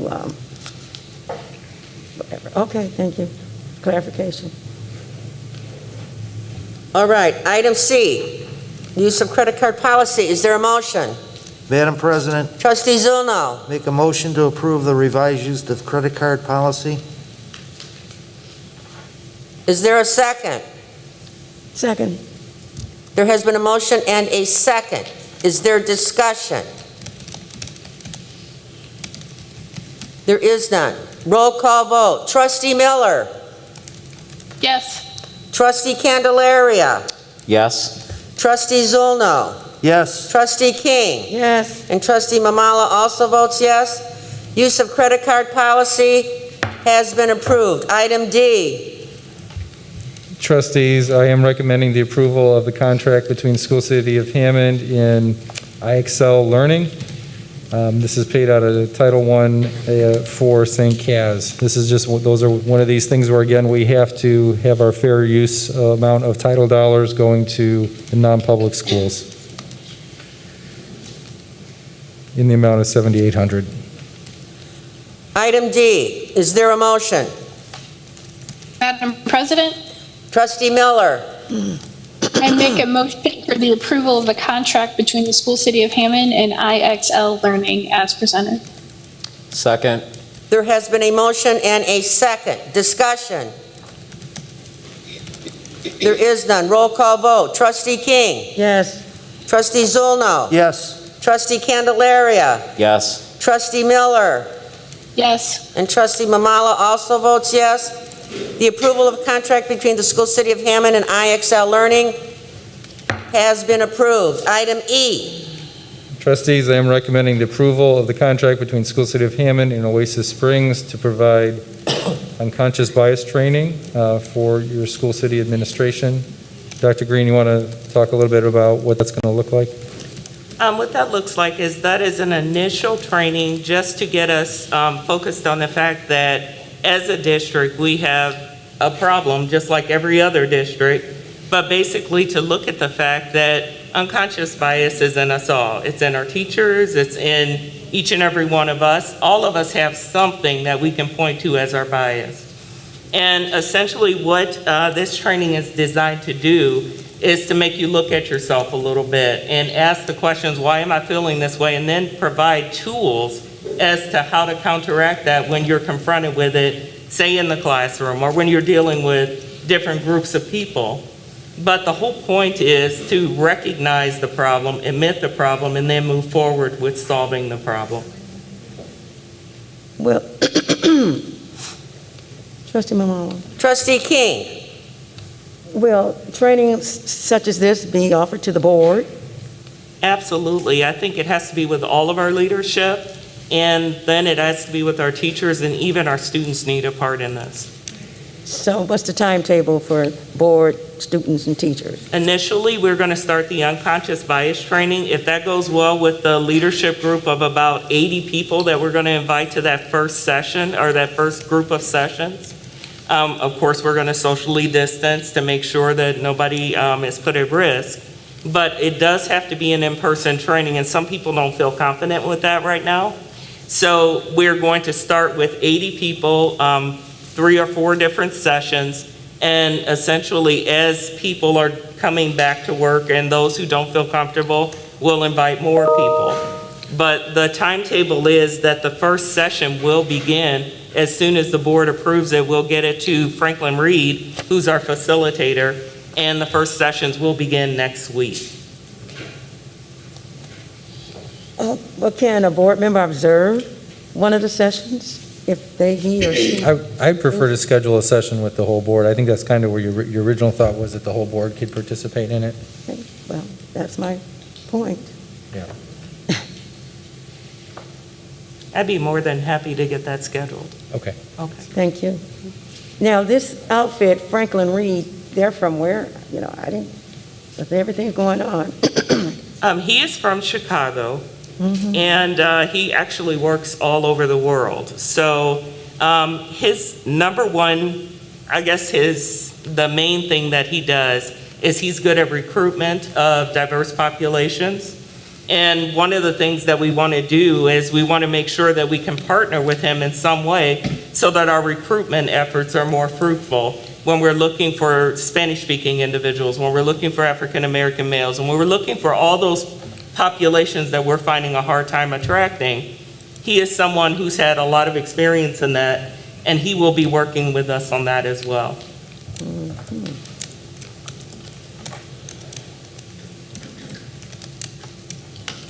Item E. Is there a motion? Madam President. Trustee King. I make a motion that the board approval of contract between School City of Hammond and Oasis Springs LLC as presented. Second. Second. There has been a motion and a second. Discussion. Roll call vote. Trustee Miller. Yes. Trustee Candelaria. Yes. Trustee Zulno. Yes. Trustee King. Yes. And Trustee Mamala also votes yes. Approval of contract between School City of Hammond and Oasis Spring LLC has been approved. Item F. Trustees, I am recommending the approval of the memorandum of understanding between School City of Hammond and Total Package Hockey. Just for the audience, this would be 30 students in Indiana who would be participating in our virtual school, not our e-learning, but our Mentum virtual school, because they need to travel. It essentially, the profit it brings into the School City of Hammond is about $96,000 in order to provide this service. For those of you who were here last year when we had to do those layoffs, we said, let's try to find some things we can do to generate funding rather than just having to cut people. And one of the things was seeing if we can sell a virtual school. And this is an expression of that. They will have a full-time tutor from Total Package Hockey who will be working with them on a daily basis to make sure they perform. Trustee King did request some academic performance data, and though I didn't get transcripts, I was able to see that this past semester they had 100% credit pass rate, and their average GPA is 3.7 on a 4. So they are high-performing students. Trustee Mamala. Trustee King. Where are these young folks from? What part of Indiana? I just didn't see that in any of them. They actually recruit them from all over the state, so they don't necessarily, I don't know exactly where each student is from. Item F. Is there a motion? Madam President. Trustee Zulno. Like a motion to accept the memorandum of understanding between Total Package Hockey and the Hammond School District. Is there a second? Second. There has been a motion and a second. Discussion. Roll call vote. Trustee King. Yes. Trustee Zulno. Yes. Trustee Candelaria. Yes. Trustee Miller. Yes. And trustee Mamala also votes yes. The approval of the memorandum of understanding between the school city of Hammond and Total Package Hockey has been approved. Item G.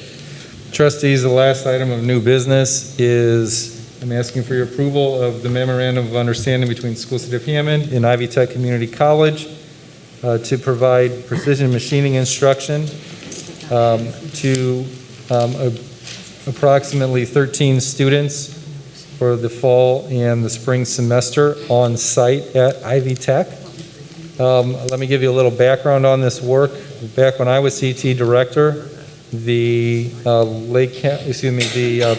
Lakeshore Chamber of Commerce formed a manufacturing subcommittee, of which I was a part of. And one of the things they identified was that we don't have enough machinists in this area. And that some of the machinists who were on this committee, their youngest worker was in their 70s. They did not have people, and machinist jobs pay very well. So we looked at a lot of different models, like opening up our own machine shop at the Career Center. But opening a machine shop, if you're familiar with it, that's not a cheap proposition. It requires a significant capital investment, of which Ivy Tech has already made. And we would need a dual credit partner anyway for them. So when we started having this conversation, we thought, well, maybe the best thing we could do is utilize your existing investment as we ramp this thing up and see, do the kids actually get jobs in machining at the end of this program, and see how it actually works at a very low risk to us. They actually have over 21,000 in donations that people have made from the industry. It's half of the cost of this program is being picked up by the industry because they believed in the potential for it. The other half, we actually get reimbursements from the state for career and technical education programs. So the net cost to School City will actually be zero. We may actually make a little on the deal because of the money that comes back from the state. But to me, I think it's a very wise way to see if precision machining is going to work for the students in School City of Hammond. And because of the number of kids, it will be socially distanced. I've personally seen the machine shop at Ivy Tech. It is very big and spread out. So it would fall under one of those CTE exceptions, but this is a new program, which is why I'm presenting it to the board. Superintendent Miller? Yes. Would it be acceptable that we look at this at the next board meeting? Just in taking a quick review, there's a couple provisions in there that we probably want to look at a little bit more closely. For sure. Okay, then I recall my recommendation. We have a meeting. The recommendation still stands. Yeah. We just want to look closer at it and bring it back. Okay. We do have a meeting next week. I know primarily it's just to approve the personnel report, but if the board is okay, if we can resolve these issues, I'd like to bring it back next week, because otherwise we won't be able to start these kids when school starts with this. Okay, so we'll hold item G in advance. Right. Okay. All right. All right, item 7, calendar, upcoming board meetings. Trustees, we have met tonight at 6 o'clock for our regular meeting. Our next meeting will be August 18th? We did schedule one for the 11th. The 11th. And primarily, it's not going to, we're calling it a special board meeting. The only two items now will be the personnel report and then to revisit this The two agreement items. with Ivy Tech. Okay. And if I can figure out the extracurricular purchase for the video footage for football, I'll give an update on that. Okay. So we will have a special board meeting on the 11th concerning, at 5:30? 6 o'clock. 6 o'clock at Yep. 41 Williams? Yep. To address the personnel report, the other two items on the agenda, correct, that were placed in advance, and the sports, what did you say? I didn't hear you. Nothing about Nothing, sports. okay. Yep. I thought you said something, okay. And then our next public meeting will be August 18th. And we have Do we have an executive session? I don't have the list in front of me. Do we have an executive session? at Executive 5:30? session is on the Yes. 18th. 8:30. So we do have an executive session on August 18th at 5:30, and then our regular board meeting at 6 o'clock. Right. Okay. Madam President, Yes, Trustee King? is there any chance that we can move our meetings? Are the auditorium still no air or in all the schools? Because it saddens me when we have to turn away public since they pay the bills. Some of it was the air, but another big part of it is that we don't have the capacity to remote in Trustee Miller on the other sites. That's the other part of it right now. So meetings will continue at 41 Williams. Item 8, public expression, second period. Wanda Puckett. Oh, there you are. I thought you went up there.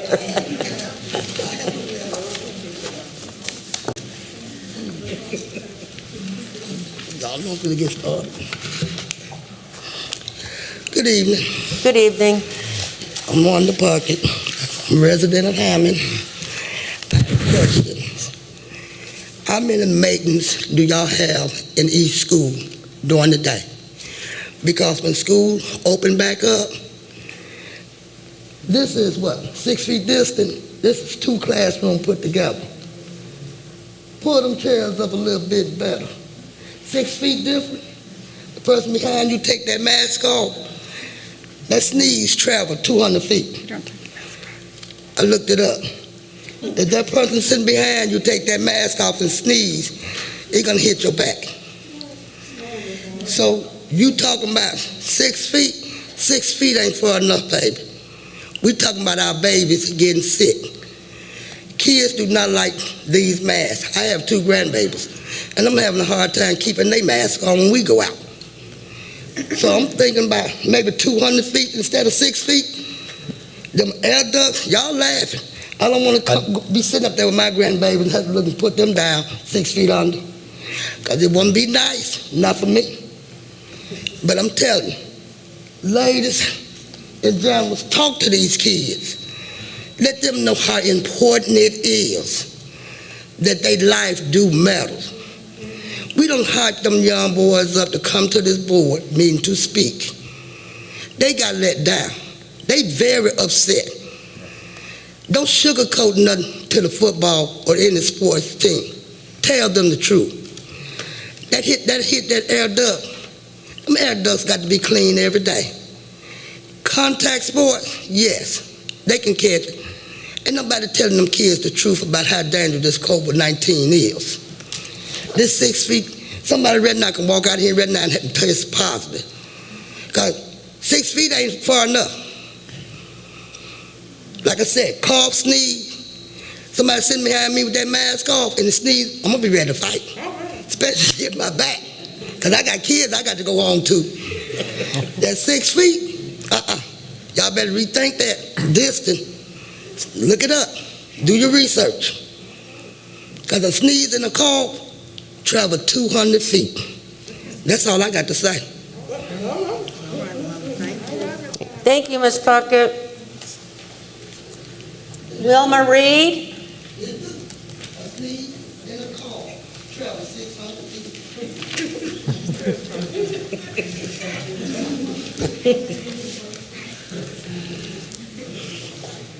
I'm like Ms. Puckett. I was very pleased to hear that we are going to go e-learning. It's very, as an ex-teacher, I agree, this is a large room, and we have people who are sitting 3 feet apart. If we had to have the same in the classroom, we don't have enough classrooms to facilitate that. So it's very good that we're going e-learning. I noticed that Board Member Miller hasn't been here for several months now because I guess she wants to feel safe. Well, I want our kids to be safe, so thank you for the decision you made tonight. Thank you, Ms. Reed.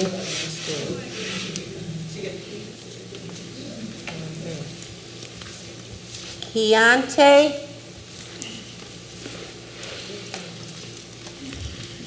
Hello to the entire board. My name is Keontae Stringer. I am an employee at the Transportation Department, and I am here on behalf of my fellow coworkers.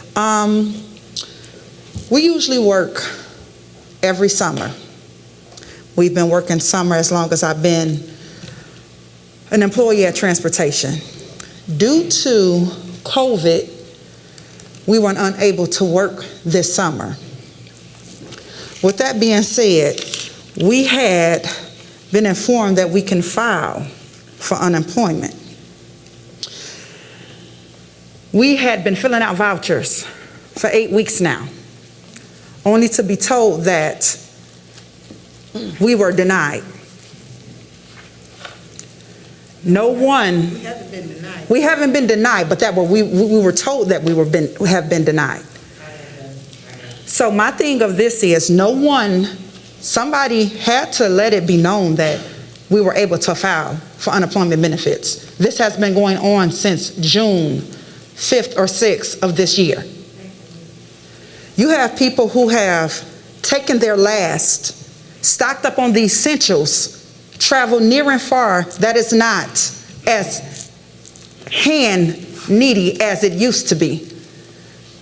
We can't just go in the stores anymore and just find Lysol wipes. Some is traveling to Portage and Valparaiso just to realize that there's no wipes. We're doubling up on toilet paper and paper towel just to make sure our household is taken care of.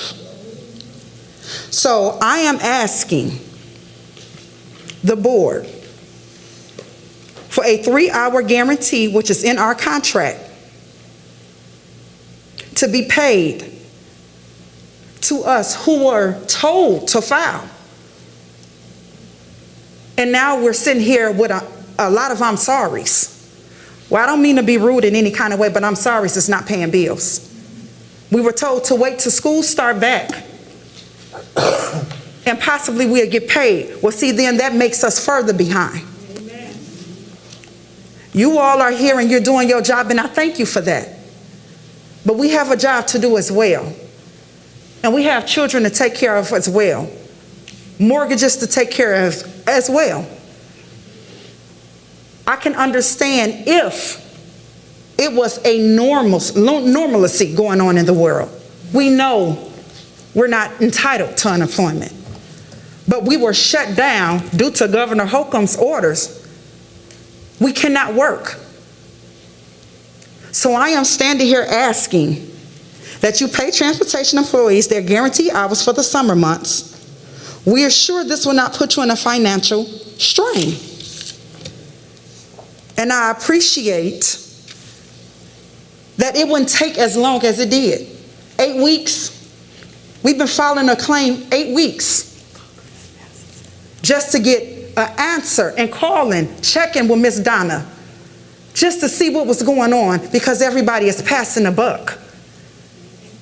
So it shouldn't have taken 8 weeks to say yay or nay. That's not fair to us. And I just ask that you just consider, please, pay us the 3-hour guarantee that our contract states. Thank you. Amen. Thank you. Cindy Murphy?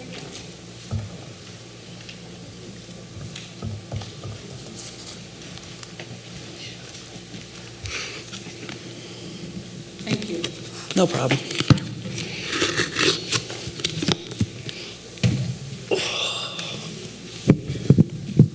Cindy Murphy, 6838 Colorado. What some of the young men were trying to tell you didn't understand is winter sports, the conditioning starts in end of October, November. So that's one of the clarifications they would like.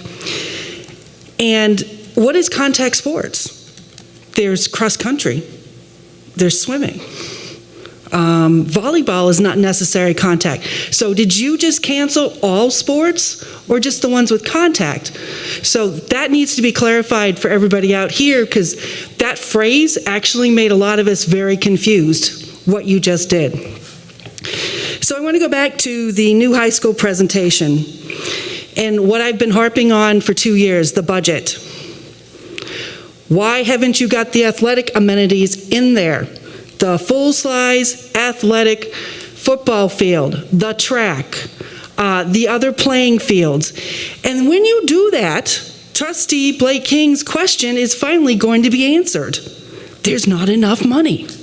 I think you should do solar, but it needs to be laid to rest now. Not because you're going to save money, because we talked about this being a STEAM school. And one of the reasons we talked about solar is so those students can learn about solar. Like we put all that stuff at the ACC, so we did the radio broadcasting and all those other ones, and we spent a lot of money getting those up and running. And putting solar into this new school is not just about saving money, it's teaching them about an industry of the future. But we still don't know what type of school is it. Is it STEAM? And what type of things you're going to be in there. You have been, not all of you, you're not back to 2017. We're building a vanilla high school. Form follows function. What is your curriculum? The architects should have known this. What STEAM applications you're going to have in there so they can start designing them. More time was put into the firing range of the junior ROTC than curriculum. That is ridiculous. In the spring, these students want to know what classes they're going to be taking. You haven't done the boundaries yet. You have so many decisions to do, and again, you're out of time. It's just like renaming the high school. Everything takes too long, which goes back to strategic planning. You need to get this back on your agendas, because a lot of parents don't know where their kids are going to go to school next year because you haven't done your boundaries yet. Thank you. Ella Anderson and Melanie Richardson.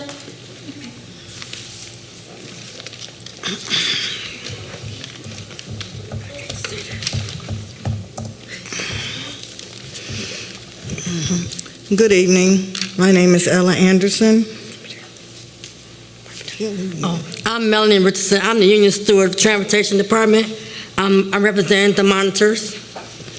We're just two of the union stewards you just heard from Keontae a minute ago. We're here to speak on behalf of our unemployment benefits that we feel we're entitled to.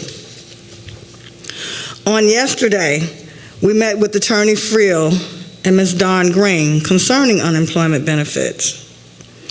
Mr. Friel shared a document with us that we read from the front to the back. And it is a matter of interpretation, and it does not address today's pandemic. Therefore, it does not apply to our situation. We should be considered furloughed because there was no summer program due to the pandemic. Therefore, we were laid off. We were told we were eligible to file for unemployment benefits. We've been filing, and we have not been denied or approved, but we've been filing for 8 weeks now. As of last week, it was decided to inform us that we would not be receiving these benefits. I've been an employee of School City of Hammond for 30 years, 28 of those years full-time. And we've always had a summer program, no question. This is a first for all of us. And we filed for unemployment benefits, and due to there being a pandemic at this time, there was hardly any work available anywhere. Jobs were shutting down, and there just was nowhere else to get work. We were depending on our summer program, and we counted those unemployment benefits into our budgets. A lot of other school districts did not have summer programs, but we do. The government gave us pandemic money for situations as these. And I feel that we are entitled to those benefits. So we are asking that you look into your hearts and let us receive the benefits that we are entitled to, because it is really a struggle out here more than you know. Thank you. Wipe that off of me. And I've been in the Transportation Department for 34 years. I've been a steward for 34 years, and I know the contract. We feel that our contract has been violated. because every summer, there's work for us, for the monitors and the drivers. Even if it's like 15, 16, the money was due to us. And we go and negotiate every year for our contract, and our contract has been violated. So we ask that you all look in our contract and see the summer program we have and grant us what we're supposed to have. Thank you. Thank you. Dale Parrish?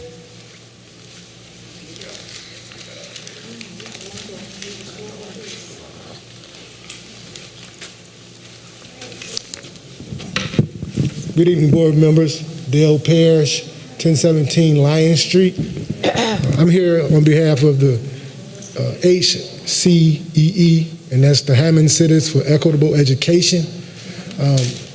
I'm here to speak on behalf of Mrs. Dunn and what I saw at last week's board meeting.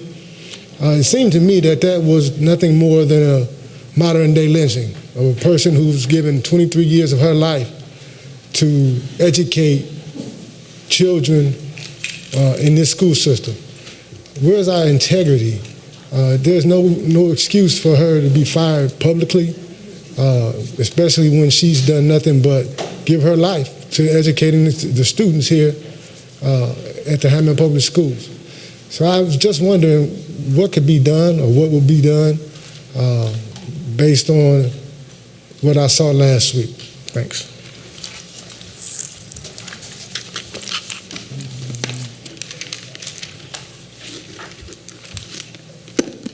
Sherbania Montoya Ross?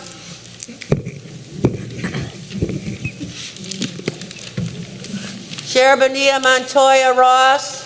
She left? Okay. All right, item 9. I do have a couple public expressions. Oh, okay. Greg Erminger, a second time. This is sad on your decision to cancel contact sports for first semester. What do you consider contact sports? Football, soccer, basketball, wrestling. That is the wrong decision to wait till January because you're shutting down all of these sports. Where are all the other schools in our area continuing to play fall sports? Thank you.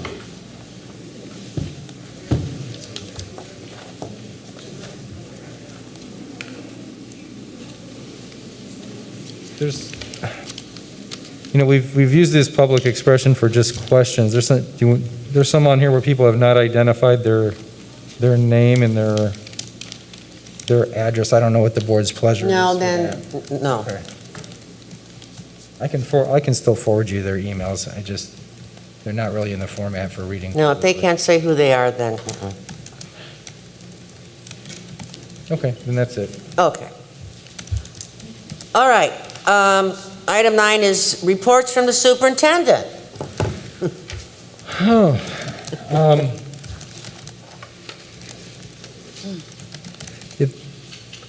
It does break my heart that we've had to make this decision. I do think it's the right one, and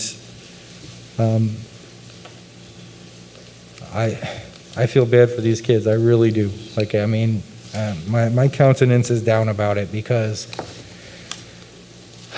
I understand. I do understand the opportunities that sports present, and that our kids aren't able to have that now. I mean, it's really awful. It just really is. A couple people used the word normalcy, that they wanted to use sports to get back to normal. We're not normal yet. We're not at that point where we can do that, and that's the part that I think, as sitting as superintendent, that I have to think about not just our student athletes, but the almost 13,000 kids who attend our schools, the 2,000 employees we have. It's bigger than any one group. And I think when I think about making decisions that's best for everyone, of course we don't want to have losers in those situations. We don't want some kids that lose because of our decision making. But I agree with what some of the trustees said up here, that it's the most important thing is their life. I do agree we need to have an FAQ on the sports to identify everything specifically. We'll get that sooner than later. A reminder to continue, for parents who are still watching, we need you to continue to fill out the online registration. The Safe Spaces sign up will hit our website tomorrow if you're interested in having that level of support. And trustees, I will mention that some of the issues for transportation, I forwarded you late an email about this, but if you prefer to have an executive session to discuss this, we can do that on the transportation issues. Be happy to do that. Yes, regarding the transportation, Mr. Miller, I would like to know the numbers, employees affected by this, and is it actually a furlough? Because my understanding, a furlough, you are entitled to unemployment benefits. And what I'm hearing is that School City of Hammond is denying them the benefits, not the unemployment office. That they're saying that every week they say, it's coming or something. They have not been denied by the. Am I correct? My understanding is a little different than that. That's why I think we should have the executive session. My understanding, the Department of Workforce Development is the one who's let us know that they don't qualify. But I'm not the attorney. Like, this is a legal thing. I would rather not speculate publicly. Well, they've already come to us publicly, Mr. Miller. We don't have they to have respond made publicly. quite a bit of accusations. I just want to make sure the issues that they brought before us is covered, every last one of them. So what happens is they have to apply to the state, and the state makes the determination. But again, my understanding is the state has not made a determination, period. So that's what I need to hear in executive session, period. Yeah, and a number of employees affected by this, and were administrators in the transportation. Did they work? I think that with regard to the general process, I can comment that there is a process to which the state makes its determinations with respect to individual employees with the district. That's a personnel matter that can only be discussed in executive session. Well, we've done personnel matters in the public before, just last week, last school board meeting. So let's just be clear. So those are the questions I would like to be prepared for the executive sessions. I don't want to have to bring them up in the executive session, then you got to get back to me 2 weeks later. Well, the difference is that this is not a discipline. Any disciplinary action is subject to open records. This is not a disciplinary matter which would make it within the open meeting time. Mr. Miller, did you get my concerns? Will they be addressed? I would like to clarify them. You want to know the number of employees and the amount of money this would represent? What else would you like to have? And was it a furlough? I want the definition of a furlough. Definition of a furlough. And who was denying who? Okay. Thank you.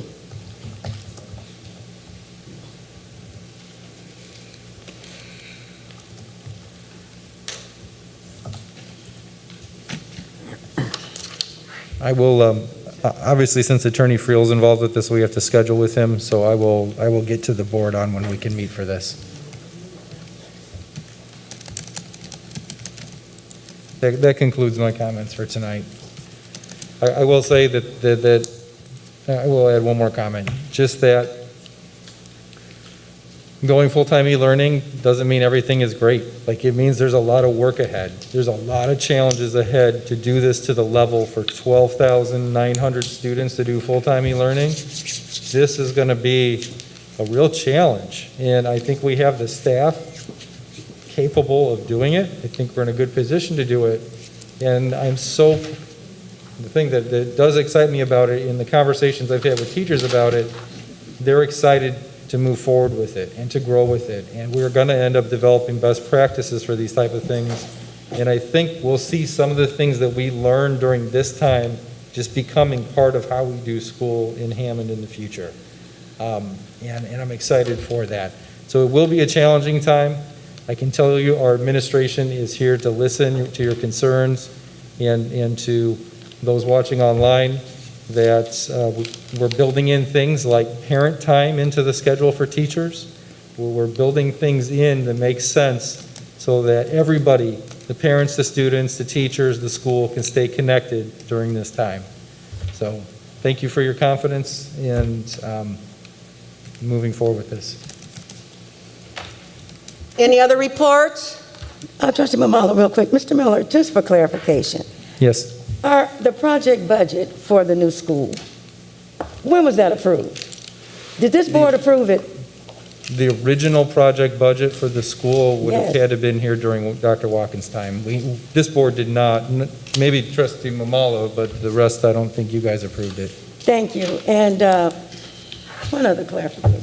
Regarding STEM, Trustee Mamala, if you recall, when we first passed that referendum, Yes. did you not have public comment for folks like myself asking about STEM, STEAM, or whatever? Wasn't that part of the conversation? Yes. Okay, so to sit here and to suggest that this board has not been due diligent in trying to get STEM or STEAM is not fair. Would you say that's a fair point? Well, it That was we've done our due diligence in terms of trying to get it. But prior to this board, the prior board could have done it if they wanted to. That's my point. Well, we had a conversation, but nothing was written in stone. Absolutely. Thank you. That's about my whole STEM point. or STEAM or nothing yet was decided upon. Thank you. I appreciate that. And as far as the size and all of these other amenities that we wanted, that decision was not made by this board.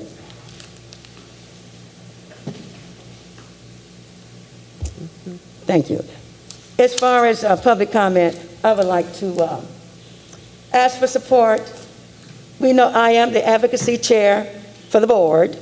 We do have an election coming up, and I am part of the Northwest Indiana Coalition for Public Education. We do have these signs. If anybody want a sign to put in their yard, I have them for sale. So we got to vote in the fall because we know our vote in terms of education is extremely crucial. Thank you. I would like to thank Mr. Ken Bensich from the media department. He really was on Facebook trying to help the parents get through that open registration because at some point it was a bear for a lot of our parents. And I saw him actually answering questions, and I was getting a ton of phone calls, believe it or not, and I don't know how to do this stuff. All I can do is refer it to you, Mr. Miller, Yep. And when I refer these questions, I am sincere. I am not looking for any kind of grandiose whatever, and when I bring something to your attention, I expect for an answer. I don't expect to be beat up, board, transparency, and all this. When people call me, I have no control over that. And if any other board member wants the folks to call them, give them your phone number right now, and maybe they'll stop calling me. But when I call with an issue, when the public tells me they have a problem with something, and I share it with you all, I am tired of being a whipping board. As simple as that. I don't want to hear this. Didn't nobody tell me? I'm sick of it. I am a board elected official, and for whatever reason, people feel comfortable and calling me and asking me on particular issues. I'm not dreaming up this stuff. So please, as we move forward, when I send an email concerning an issue with our parents or students or anybody, just address it calmly without jumping down my throat. And my other comment is I'm looking forward to this e-learning experience with our teachers and parents, and I'm hoping that our support staff will be utilized to help engage our parents and students more, because I know Mrs. Danko, in her report, she indicated they wanted to do a 10% increase in engagement. I want 100%. 10% increase, we will be a failing district. If we only look to increase our engagement with our parents and students, we will continue to fail.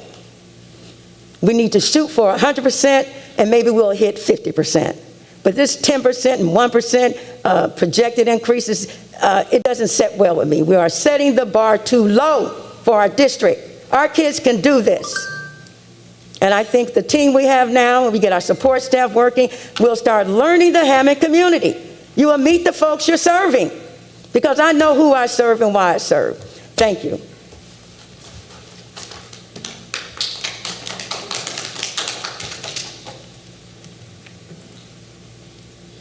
Any reports, trustee Zulna? I have nothing to add. It's been Any quite reports? a night already. Pardon? It's been quite a night already. I have nothing more to add.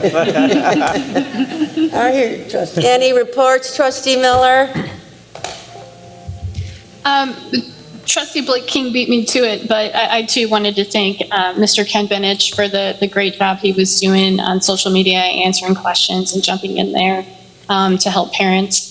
I saw that, I noted that, I thought that was an amazing thing. I also want to just thank everyone again who's worked on the reentry framework and all of the planning for our virtual environment this fall. And I just want to thank you guys for that, because as Superintendent Miller mentioned, this isn't the end, it's only the beginning of the work that we have to do. So thank you all for all that you've done and all that you're getting ready to do. Thank you. Trustee Candelaria, any reports? None. Thank you. I just want to say that, yes, it's been a tough night, and this has changed, COVID has changed everything, everything. And I pray every night that I hope it gets better. But we're going to continue going forward. Our teachers are going to continue doing the amazing job that they're doing. There's been a lot of negativity about our teachers, and that has to stop. That has to completely stop. Parents have to step up to the plate and help the teachers, because the parents are your child's first teacher. And everyone has to work together. When we have a district as large as us, as I have said before, we don't have one high school, one junior high, and just a few elementaries. We're spread out from north, south, east, and west. But we have to protect our students, and we have to protect our staff, because that's what we're here for, to educate and to protect the safety and welfare and health of our staff and students. And as I said, it's a sad night, and I feel for those athletes. But as I said, I couldn't live with myself if one of those kids contracted this COVID, and I just couldn't live with it if something dramatically happened. And it was a tough decision. And we've been sitting on this board, and we've had to make some really tough and hard decisions. But this too will pass. This too will pass. You just got to keep the faith, and have a positive outlook, and work together. And, God bless all of you. And God bless the school city of Hammond. So with that, I will ask for adjournment. Make a motion to adjourn. Second. Second, this meeting is adjourned. Thank you all for coming and being patient.